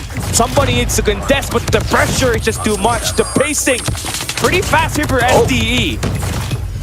Yeah, I mean, STE right now not showing that the strong, especially in taking that spawn, and thus giving still potential for Street to take it back. 10 points remaining, and Street was quite off how they managed to take that spawn. They didn't bring in that much to overtake STALWART Esports, so they need to cross, carry it over, but STALWART might not be letting it go that easily. They know that how they can control the spawn.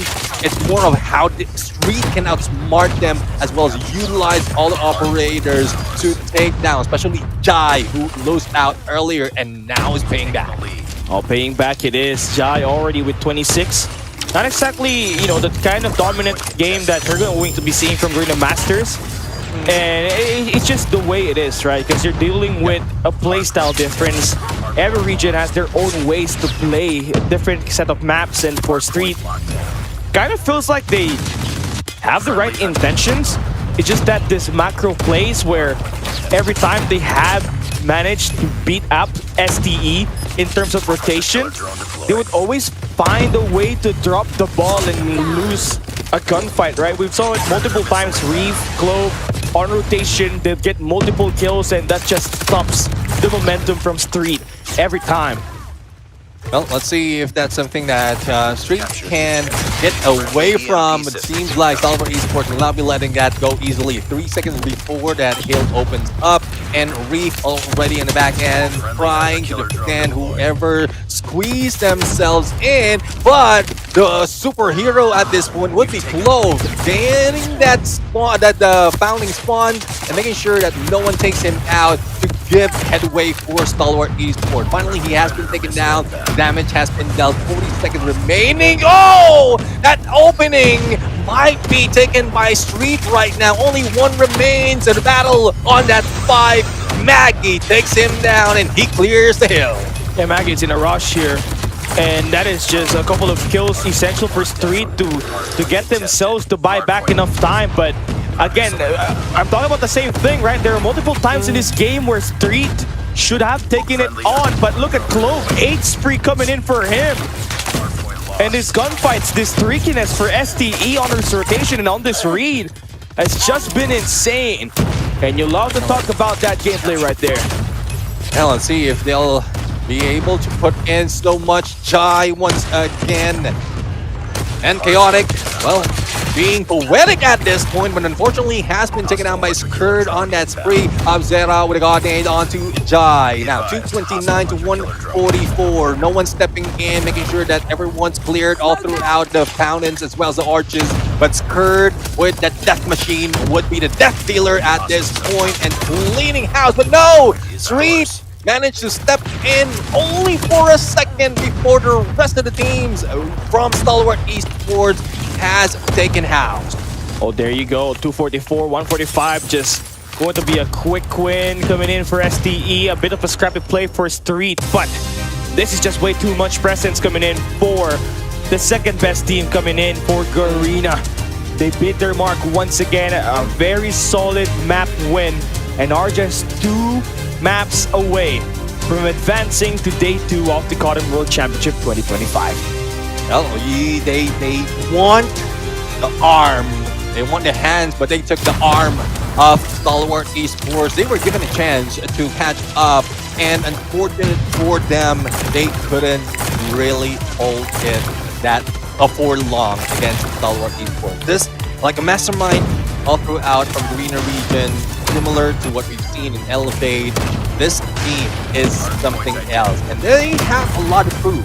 They had a lot of proof. They've proven that in Garena region. They taking that Garena Masters for themselves. Now, the world stage is there to show up, and this is the way for Stalwart to really show up.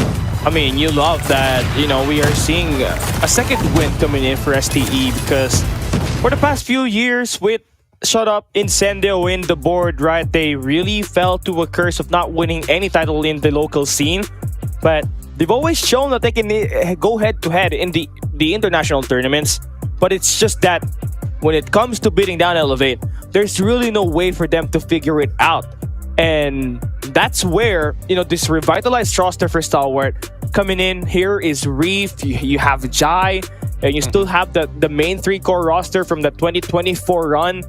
It just provides you new sets of potential and new sets of ceiling that you will be able to achieve moving forward. And looking into how this game played out, you know, it was really more about the transition here. Neptune, Cloven, Skurd multiple times had a multi-spree, were able to build up score streaks, and judging from that stops the push from the plays that we saw from them in the hill or in the spawn, even in transition.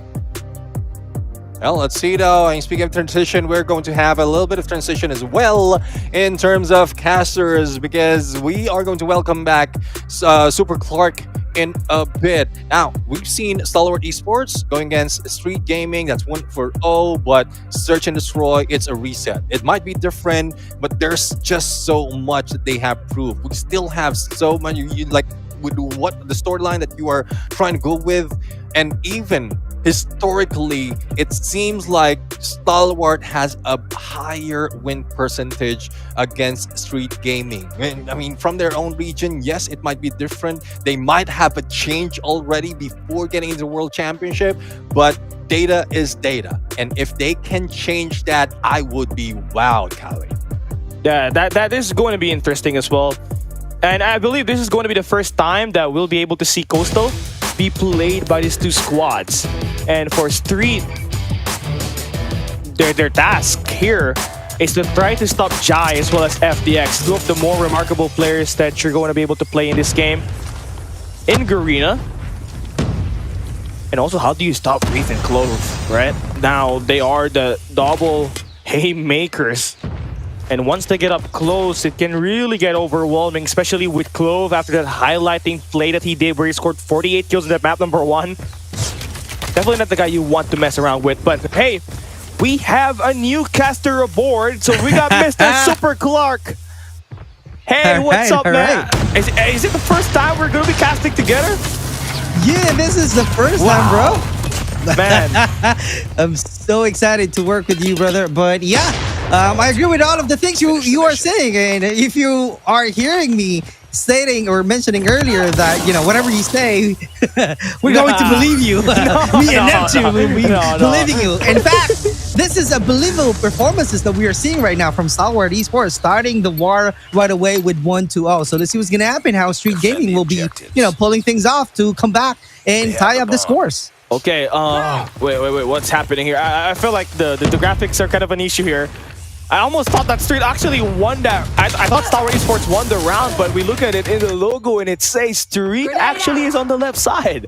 They're throwing us off. They're catching us lacking, but hey, we continue it up. I saw Maggie there with the massive 2 elimination. SDE, I think it's kind of a big problem, honestly, on a map like this where you have to play on the defense and gain as much round as you can, and that's exactly how Street will win this game. You get as much round and hope for the best that your attack side is going to be enough for the next half. But looking into it, Street are going to take up a 2-0 lead in this round so far in Coastal. Yep, and let's see. Yep, you were right because of the we're seeing 2 on the street, but the name of is different to what we're seeing right now. But yeah, starting the game right away. It's 2-0 in favor of Street Gaming. So let's see how it goes right here. You were right in saying that you got to take good care of the corners so that you'll be able to be in advance in terms of adjusting and definitely, you know, executing your gameplays, because that's the key in winning the battles. You can see right here, there's a lot of close water battle that we might be seeing from this match. So let's see how it goes, how STALWART Esports will be doing some comeback. Wow, man. Street just licking their lips. That's gonna be a quick 3-0. So SDE really having a rough time, but hey, production. I don't talk Garena, but it's been 3 rounds. Defend the objective. Yep. Those graphics should be changed, but that's more of a worry. I don't know why is that more of a worry for me, but it can throw off people as well, because you're dealing with 2 teams that has S and T in the same, their first 2 words. And oh wow, Kobe nade there for Big Ode, and Jai's gonna fall. STE are kind of in a big problem right now as they're trying to play this. They have always been first blooded and cannot get a bomb plant so far here, Super Clark. That is definitely true. I feel like the Street Gaming right now felt the pressure already, because if you remember, the first game is kind of like a war zone. It was clearly a chaos. A lot of actions going on. I feel like I don't know where to look. And right now, it's kind of like, you know, a slow-paced action, but you know, the pressure on the shoulder of Street Gaming, they really need to get a win to tie up the scores to 1-1. But so far, they're really performing well. We're at 3-0. So to avoid any confusion, the 3 would be going to Street Gaming. Oh, 1v1 gunfight. Oh, what? FTX was on the middle there. How did you lose that gunfight? You had a freaking AR. Okay, I might be too harsh there, but, you know, this game's having to play a OnePlus, right? The new 165 Hertz mobile phone, it can really be too smooth. Like, that's the biggest problem right now on this phone, right? It's not right. It's not the device problem right now. It's just too smooth. That's how good it is right now. So teams are still getting used to it, but here we have it. STE on the post plant. They are getting wall banged from the middle of the map. So that's information that, hey, there is one guy in the bottom of this A site. They're sourcing it out. Maybe it's going to be a pinch play, but Clove able to manage to get by up against Pobzera. A player from Glorious before is going to fall. Still down to Maggie, who's on the rush against time. 20 seconds to move forward and hold W. Oh! And he's going to hold an L in that round. SD finally put themselves in the board. It's going to be hard. That's a 2v1 situation, so it is what it is. That's the only thing that you can do out there. It's a good thing that STALWART Esports get the first win. So let's see, how are they going to keep the momentum? Are they going to go ahead and do the same strategies or not? Let's see how it goes, because it's going to be something that they really need to be consistent on, because they managed to get a win on hardcore right now. They're definitely trying to get more points right now with a close water battle, and Skirt is definitely getting a kill point. Let's see. And another close water battle from this Masters. You can see Reef is definitely trying to reef things out from his opponent. Here we go. Another post-plant setup here. And I think, you know, looking at the stats, when the bomb is planted, STE, that's where they're kind of playing their bread and butter. And FTX are kind of waiting in China. Skurd and the crew trying to work their way into this. Chaotic and FDX are just gonna try to play it out. Jito with the crossfire, 1v1 situation, and Skurd out of all people pulls out the haymaker and pulls up a 2 kills. What a clutch. Here we go. That's the one that I'm talking about. They know how to win a game, so it's a matter of perfect timing, looking for a better opportunity to get the win. You know, in terms, in kind of that, if that 2v1 situation is going to be hard to all of the players, but not with Skirt, because he got to win. And still, Maggie putting 2 Ps right now. Can he get another one? And he, rotating right here quickly and definitely finding some intel in no avail. Oh no, it is kind of rough here for Street. I don't know, man. It's the first half already. I'm still seeing Street on the right side. It's okay, I guess. I'm still kind of about it, but hey, STALWART Esports definitely could have done a bit more better in surviving the rounds that where they were pushing. But unfortunately, the pacing of Street is just kind of an in-your-face COD mobile gameplay from them, where they utilize utilities and those numbers to really flood you. If you don't got any backup, it's kind of where you kind of fall off. It's a matter of how are they going to defend ASAP right now, because we are seeing 3 players right there using all of the nades and finding some good intel, and they know already that someone is out there getting some huge damage. Here we go. That's really a mechanical skills right there. What a great movement, doing some kill right away. What a good trade coming out from Pobzera. Pobzera looking pretty good. Oh man. Oh, okay. Never mind. Skirt. Yeah, this guy has had many clutches in this game so far. 2 times already, and those 2 times has given at least STE 2 of 3 rounds. So you're gladly gonna take that with Skirt putting up 8 kills. As for Street, the first bet is gonna favor them, so that's going to be a rough start on the attack. You're gonna try to burst through with your specific playstyle on mid, with those stunts in check. Information out for STE. They want to try to burst them down, and Reef and the crew actually do get picked out, unfortunately. So you're kind of across the 1v1 sideline right now. And Skirt has kept your team alive, scoring 9 kills so far in this 8 rounds of action. Good read from Pobzera, but right now FDX trying to find some good intel. Is that going to be the sidelines that he just really needed with a close quarter coming out from Clove? Great job. So let's see how committed he is and finishing the battles. You can see from this map, no one is really closer, but the bomb has been planted, so they really need to run and adjust the position. And Clove is definitely gonna try to will this team back as the entry. So searching for information, reading out the sidelines. And you still got Skirt on the flank as well, so he might be able to catch these guys off guard now that the players are on long. But Pobzera is still checking that flank. He's got security, but the timing is unreal. Pobzera does get the shot down. But it's a 1v1 now. Skirt with another clutch, I guess. Oh, another clutch for Mr. Skirt. Oh my God, that's how you do it, being consistent. But you know, even if there's a lot of situations that you think that you might be losing the game, but still scared appearing to the, to the screen and telling you that, hey, I'm still here. I can do some plots, and true enough, he keeps on doing it consistently. Yes, he does. And you love that, right? You're still waiting for Clove and Reef to get themselves going in this map. And you're gonna try to buy as much time if you're scared. 3 of the 4 rounds you won, he had to clutch it. And I tell you what, right? This Latin American teams do love that top box every time that they play mid. And some teams really do need to pick that one up because, like, that's heavy pressure around mid. And looking at this one, first blood in for FDX. The better shotgun is the sniper in the close range. Okay, there you go. Looking pretty good now for STE on the defense. Reef again, back for more. The combo mill is not gonna be ordered real quick, and he's gonna fall. Street definitely gonna have to try to work something up here, and that's through the A site. Let's see how it goes right now. Oh, there's a lot of players right now going heavy on the A, so let's see. Here we go, coming in hot.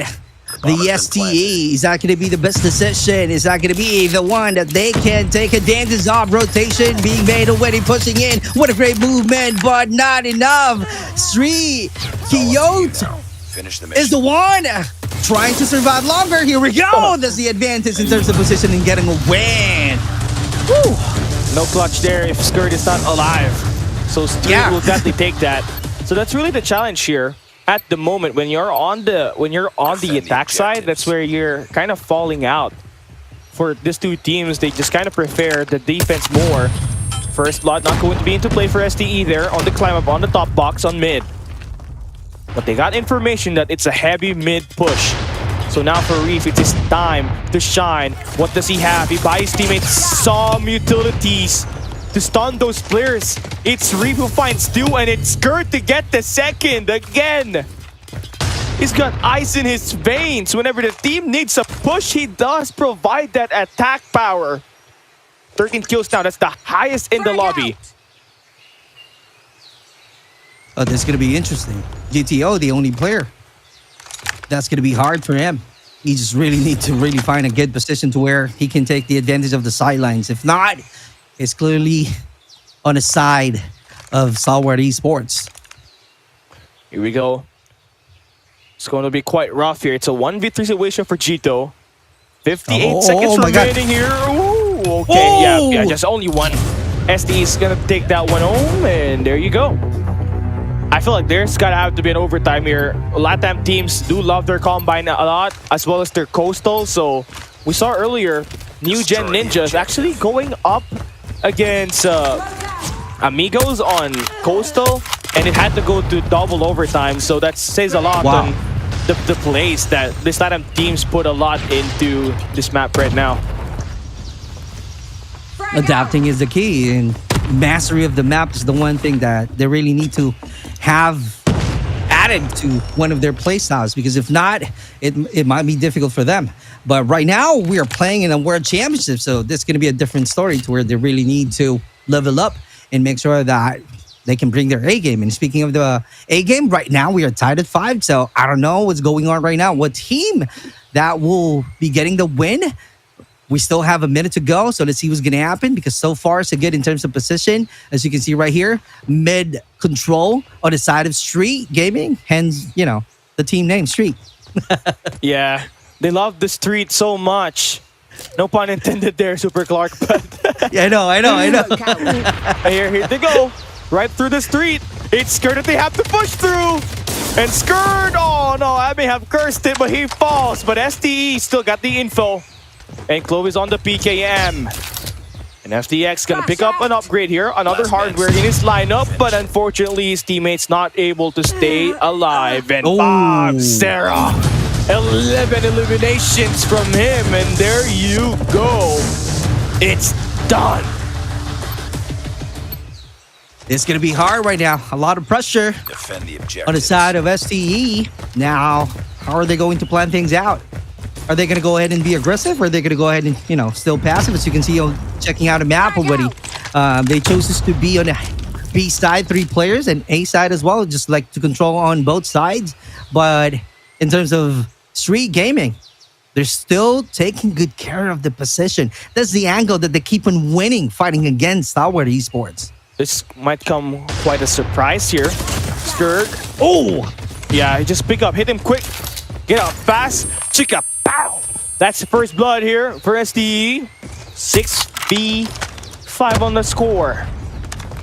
In terms of life count, right? SDE are scouting for information. LeBron Jai still looking to get some more info right around this A long, but they don't get anything there as those guys refuse to take that engage on that map as they feel that there is quite a great amount of pressure.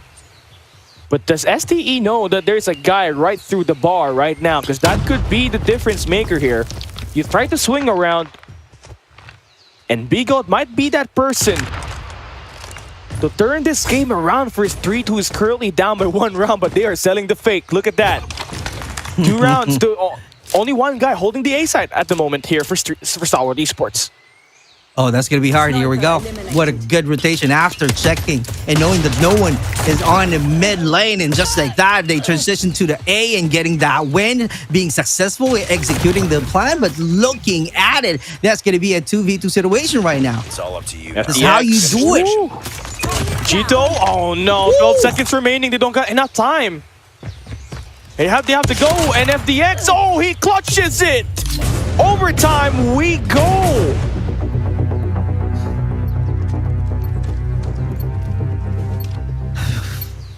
That's a lot to take, bro. Can you imagine no one is really The enemy has acquired. getting their guard down? They wanted to make sure that they can close things out with a bang, but a great challenge for both teams. Because right now, they just really need to find some good intel and make sure that they got a better sight lines that they can definitely leverage on and getting a kill point. Right now, they're looking for an intel to where they can get a first blood. Let's see how it goes. First blood means a lot here for STE. You really had a problem to hold down the attack side on your first half. You went in 2 and 4 on the win count. And it was always Street either with the shotgun or with Pub Zera getting the first blood. So your main push to progress around on is try to get information on the A long so far. And there's really nothing that you got there. So you're pivoting so quickly. This might be the right move at the moment because you're catching Street on rotation right now where there can only be 1 player at max to hold down the B side. And do you still have a couple of utilities available, though, is the question here for STE to try to push this. They take down the guy holding down mid, so now you know that there can only be 1 person inside. It's Maggie in a rush to try to move forward and score a kill. Forced to back away to play the life count, to play a retake. Here is Maggie. What a great rotation from Street Gaming. So you can see, The bomb has been planted. right now they're pushing. That's the only place that you can go to because they know already that the bomb goes down. So let's see how it goes. There's going to be a close water battle. Who will have a better mechanical skills? Riff trying to show things off. Trying to knock him down. Maggie for the kill. What a great finish. 7-6. 7-6 there. Nice try for Maggie to clutch that, but STE finally breaks the code, and now they're back on the defense where they have looked comfortable in winning rounds. And Skurd, you know, he doesn't really have to do anything anymore as his teammates have started to pick up the pace and finally figure out how Street do play their attack side. Here we go. Oh, misses that shot. But that's really a good intel that they can definitely use right now. Close water, misses a shot, loses the battle. Griffins also finding some good, what a great movement just like that, and trying to take away that position, but in no avail. Still trying to have a better position, taking good care of the B side. The bomb has been planted. The bomb has been planted. We're still in the overtime, 7-6. Post-plant setup is really what will make it or break it for Street. You have cut down the numbers here. By STALWART Esports, all you have to do is find the last 2. And I would say that this round is pretty much over as Jai could not pick up the pace. Double overtime we go. Looking like Street will not go down without the fight here in this matchup. I couldn't agree more. They love the Street. Let's see if they're going to do the same strategy. Are they going to go ahead and control the mid right away? Or are they just going to lurk around? It's like, as you can see from the map right now, one player is at the mid, two players for B&A. But STE, what a great positioning. They're covering all of the sight lines. So let's see. It's a matter of time right now if they're going to push in or not. But Pobreza is about to get FDX. Oh, what a shot from FDX. Okay. Clearly, FDX is one of those players in the world where you don't really want to come across with, because once he gets hot and things start to become comfortable, that's where he'll start to go and play with his melee and maybe even go for an execute. He's that type of guy that will play around once he gets the confidence to do so. And it's starting to slowly build up right now. Maggie, oh my days, a couple of great shots to hold it down. Chaotic, beautiful side defense by Street to go up potentially here, but FDX, time to clutch it up. He's been known to play it smartly, but he is gonna get double chowed. Street with the round win. Oh my God, I thought FDX will be getting the the clutch again in skirt, but no avail. They're Street Gaming right now, clearly leading the packs, but let's see how are they going to finish the fight, or we're gonna have another overtime. So let's see how it goes. Clearly, on the start of the time, they're just trying to find some good intel, and Reed losing the battle. That's two coming out from Street, and a good trade happening already with the 3v2 situation. It's over. If the skill right here lands, it's over. And Street might potentially take this one home. It's a 2v3 retake. And you got Pobreza on the flank, so I don't think people actually know that there's going to be some mid-map presence coming through here for Street. So right now, you do this with all you can. And there you go, Pobreza is gonna shut down Clove, and here we have it, boys. We got ourselves a game. All down to FDX to play this game with only 20 seconds remaining. He is forced to look out for the player that's lurking around the bottom A. And he's gonna slide in, but he falls down. Street forcing a map number 4 here. Beautiful S&D moment coming in from them. The first blast from Maggie, as well as the play for Big Odera. It's how you're going to win this S&D. So pressure is up now for SDE, but you know, these LATAM teams, they can get quite feisty, so you gotta respect their S&D. That has won them a great amount of pressure here, right?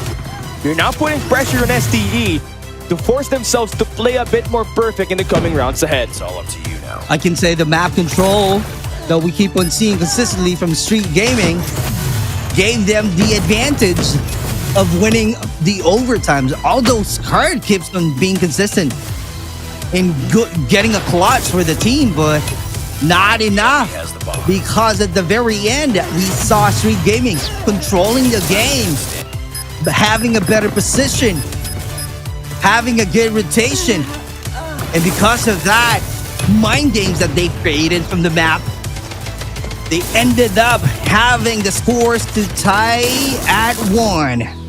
Ooh, this map number 3 is really crucial now for both of these two squads, and we already have drawn the lines here already for Street and Stalwart, right? They did ban takeoff for Street, they did ban takeoff.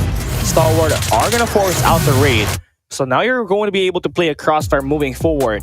But looking at how this game played out, right? This is a map pick brought to you by Stalwart. You would think that they will be the ones to end up with the win here.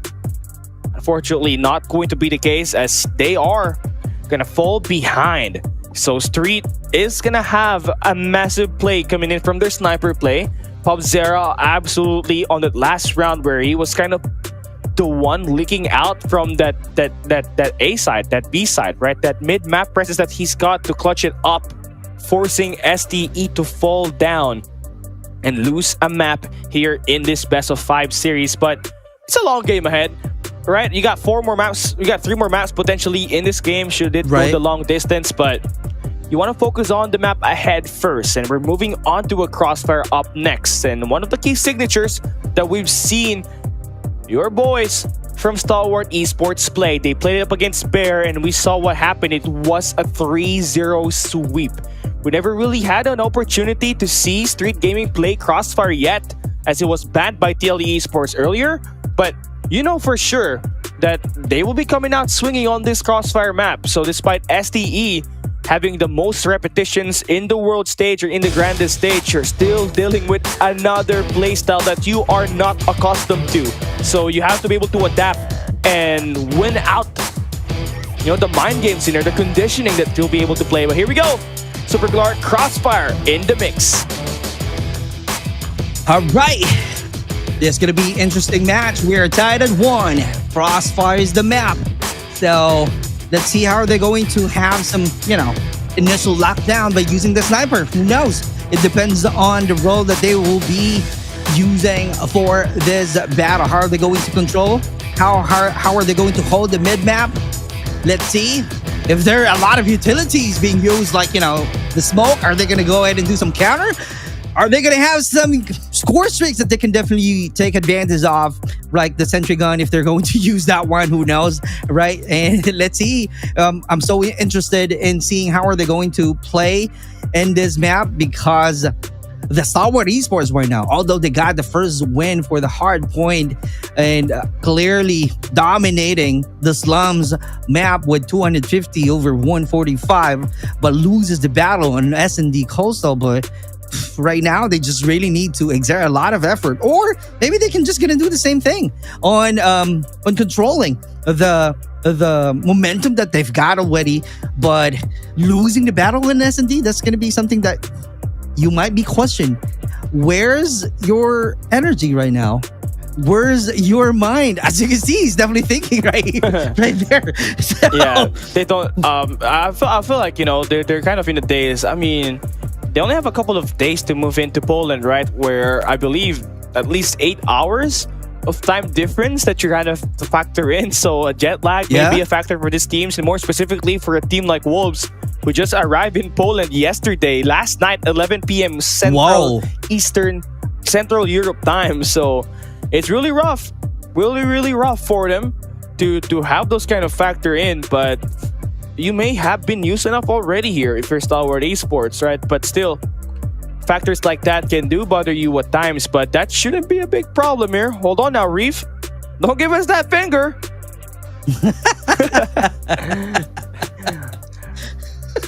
I don't know why he's doing that. I don't know what's wrong with these players, but it is what it is. Map 3, we're going. We're still waiting for the teams to lock in. I feel like they had a couple of technical difficulties around, so we're going to have a tech pause. Let's talk about the map here. Crossfire is practically a map where you have to combine the long range weapon, particularly a sniper and a Type 63 in the map. Not normally you would have that kind of setup in other control maps, but here, due to how long the range is on these gunfights, you kind of need to have, you know, the potential to go in for that one-shot kill or the two-tap elimination coming in from the Type 63, and try to couple up that one with the SMG play and the shotgun from SMG, the SMG and the shotgun play from Reef and Clove.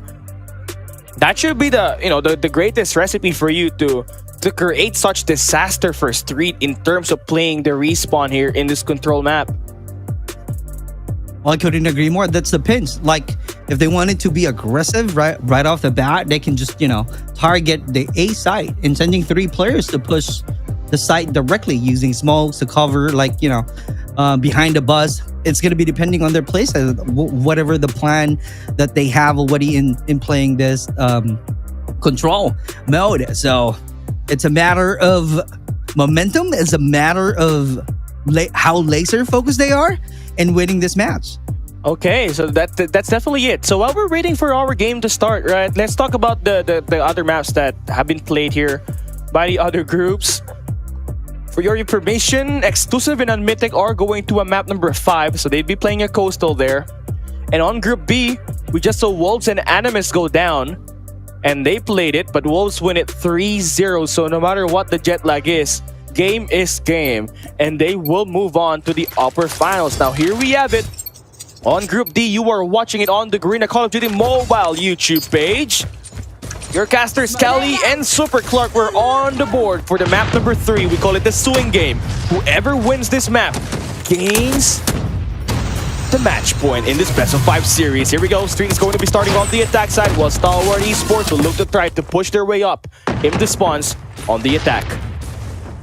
Right now, in terms of position, I don't see anyone who's definitely trying to capture any site, because right now they're showing some aggression in STE, starting the B side already. So let's see how long can they control, how long can they have a better defense. What a great rotation coming out from STALWART Esports, but being caught off guard on the side of FDX. FDX is the main sniper here. And pretty much, again, the key way for you to win a crossfire, right? If you don't got any sniper in the play, there's a high chance for you to just really be put into an disadvantage, especially with how long this crossfire is at. And that's why it's crossfire, right? You have to walk long just to get these kills. And hold on, the kill feed starting to paint in yellow. And Reef FDX have found their footing in the attack. And Clove is just waiting for enemies to push through his spawn. And he's gonna go in for the killing blow. What an entrance here in this map right here, Super Clark. Street has tickled the bear, and they have to expect it to fight back, but not this dominant is STE. It's a 19v2 right now. It's clearly a dominating performance from STALWART Esports. I feel like this is just only a practice mode for STALWART Esports because of the scores, but right now they're just, you know, trying to clean things up and make sure that they can finish strong right here. We still have a minute to go right now, but Abresa still not losing hope and still trying to get a kill point, but still one player left and in no time this may be STALWART Esports. It's just a matter of time. A time can tell, brother, that Abresa still holding on. How long can he be able to survive? Yeah, you know the guys here right now, the reason why they're stalling time is because so they could charge their operator, and they're just toying with him. But you don't want to toy so much to the point where PUBG is going to build up score streaks. So here he is, trying to get as much as he can, but a minute on the clock is way too much time, and that means STE, they might have operators, 3 or 4 operators available for the next round. Yo, STE, I know this is such a big lead that you got, and you're just trying to get as much as you can to be able to help your odds of winning that defense even better as we switch the sides here on the second round. Smart move from STALWART Esports, planning ahead. So we might be seeing the investment that they did on all of the operators. We might be using it, and that was right. One right away, right off the bat. So even if this crowd is well already, because they know already the plan of their opponents, which is the Street Gaming. So they're showing a lot of aggressiveness. Here we go, that machine being activated. So it's a spree from the STALWART Esports. Yes, indeed, and it's looking to be like that here at the moment. STALWART Esports are finding dividend on that Jai War Machine who's found 2. And look at where Street is. They're kind of stuck in the spawn at the moment with all of these operators charged by STE. Oh my god. Due to how much time that they had to wait on that first round to end. So much power from STALWART Esports. Keeps on winning the close quarter battle, being aggressive, and HSIS clearly evident, having a huge impact for those kills. In fact, we are seeing 22-9 with 39 seconds. I don't know if Street Gaming will still have something to offer to us. Yeah, they do. They do have maybe in round number 3, but not this round. It's kind of over. STE, such a massive swing that we just saw. It's insane to really even think about how they were able to play this one right now, Super Clark. Right. I feel like I'm thinking that the SNBs, like, their weakness is kind of like they're doing their best to somehow take their chances to get a win, because they know for a fact that the strength would be hardpoint and control mode, and it's clearly showing it right now on STALWART Esports. It does. You're absolutely right there, Super Clark. STALWART Esports all the way through. SND has been a kind of a main problem for them. I mean, They have had days where they look untouchable, but here we are again. Well, Same gameplay, brother. same gameplay, but you have to contest this. If you're Street, you want to get as much stick as you can, but STE, you know, they're very cheeky with it. My God. They're trying to chase him. Use your weapon. You have a long-range weapon. What do you want? He knows already. Oh, well, come here. Oh, come here. Come to daddy. Come here, come to daddy. There you go. What a shutdown in there indeed.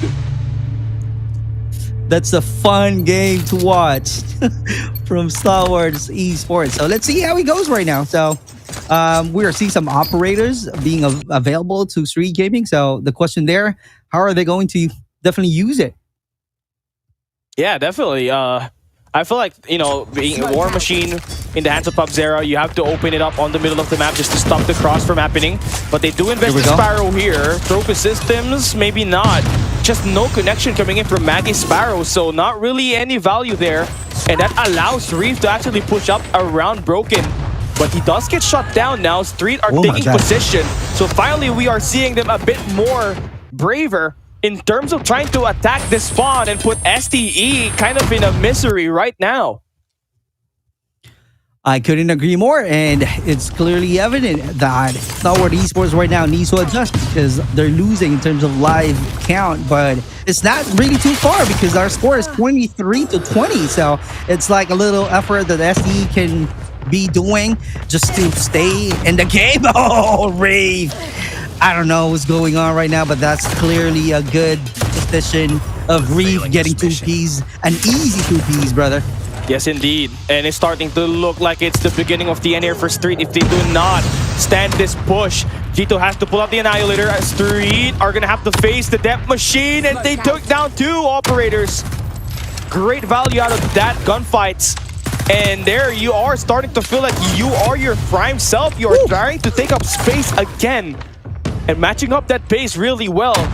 But it might just be too late. STE, they're gonna try to go in and survive, but Street has finally cracked the code here, and they're trying to cut it off. You only got 20 seconds to play the point here, so STE is kind of desperate to try to get a capture to extend the clock to another minute.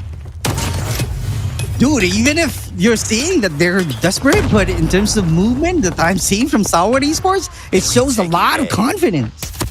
Can you imagine he's just dancing around in front of his opponent to one of the players of Street and, you know, getting a kill? Can you imagine for, you know, after having that great movement, getting the kill right away, having, you know, the objective lost. So let's see what's going to be the ending right now. So it's clearly a dominant gameplay to both, but Street really need to do a lot more in order for them to get a score.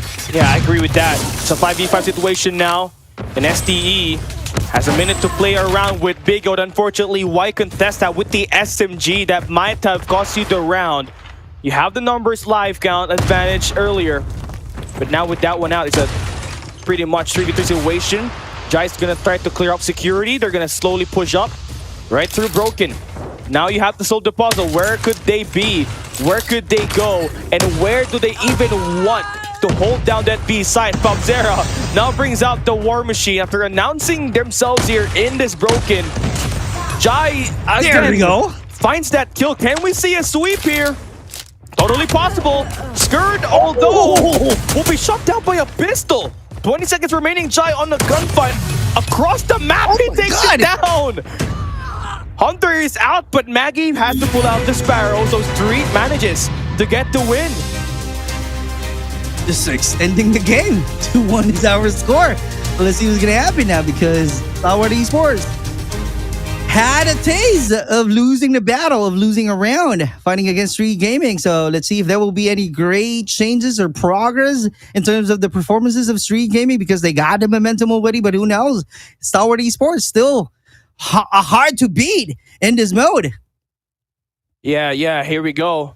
It's going to be 26-28 on the scoreline. Again, Street may have caught the second win here, Super Clark. They are slowly pushing through now. And here we go. I feel like we are bound to go in for the transition here as well. So I might be taking a little quick break. So Super Clark and Neptune will be joining you. Super Clark, take this one away. There you go. Really appreciate you, Callie.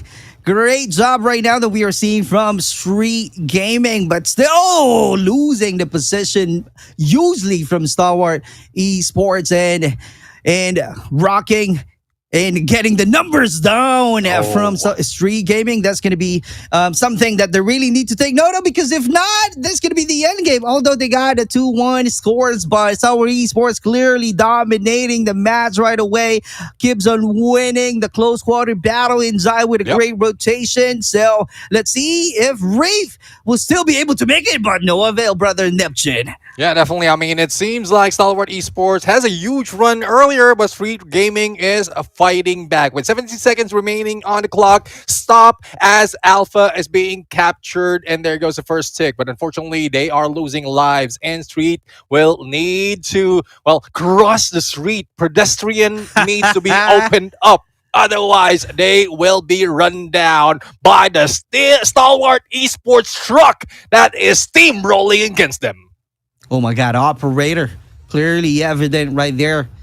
Finding some value, getting more kills on the side of Stalwart Esports. And we only have 2 players right now from the street. So, I don't know. How are they going to end? But Pobreza keeps on being alone and the only last player. But at the very end, Stalwart Esports being dominant and having the win, 3-1 to score. And right now, in terms of standing, 2 for Stalwart Esports, 1 for Street Gaming. Yeah, I mean, Stalwart Esports at that point own the streets. They have street cred, and they have that victory. Now, another game will be brought in to this match between these 2 teams. Another hard point, and quite surprising. As I was watching the match, I love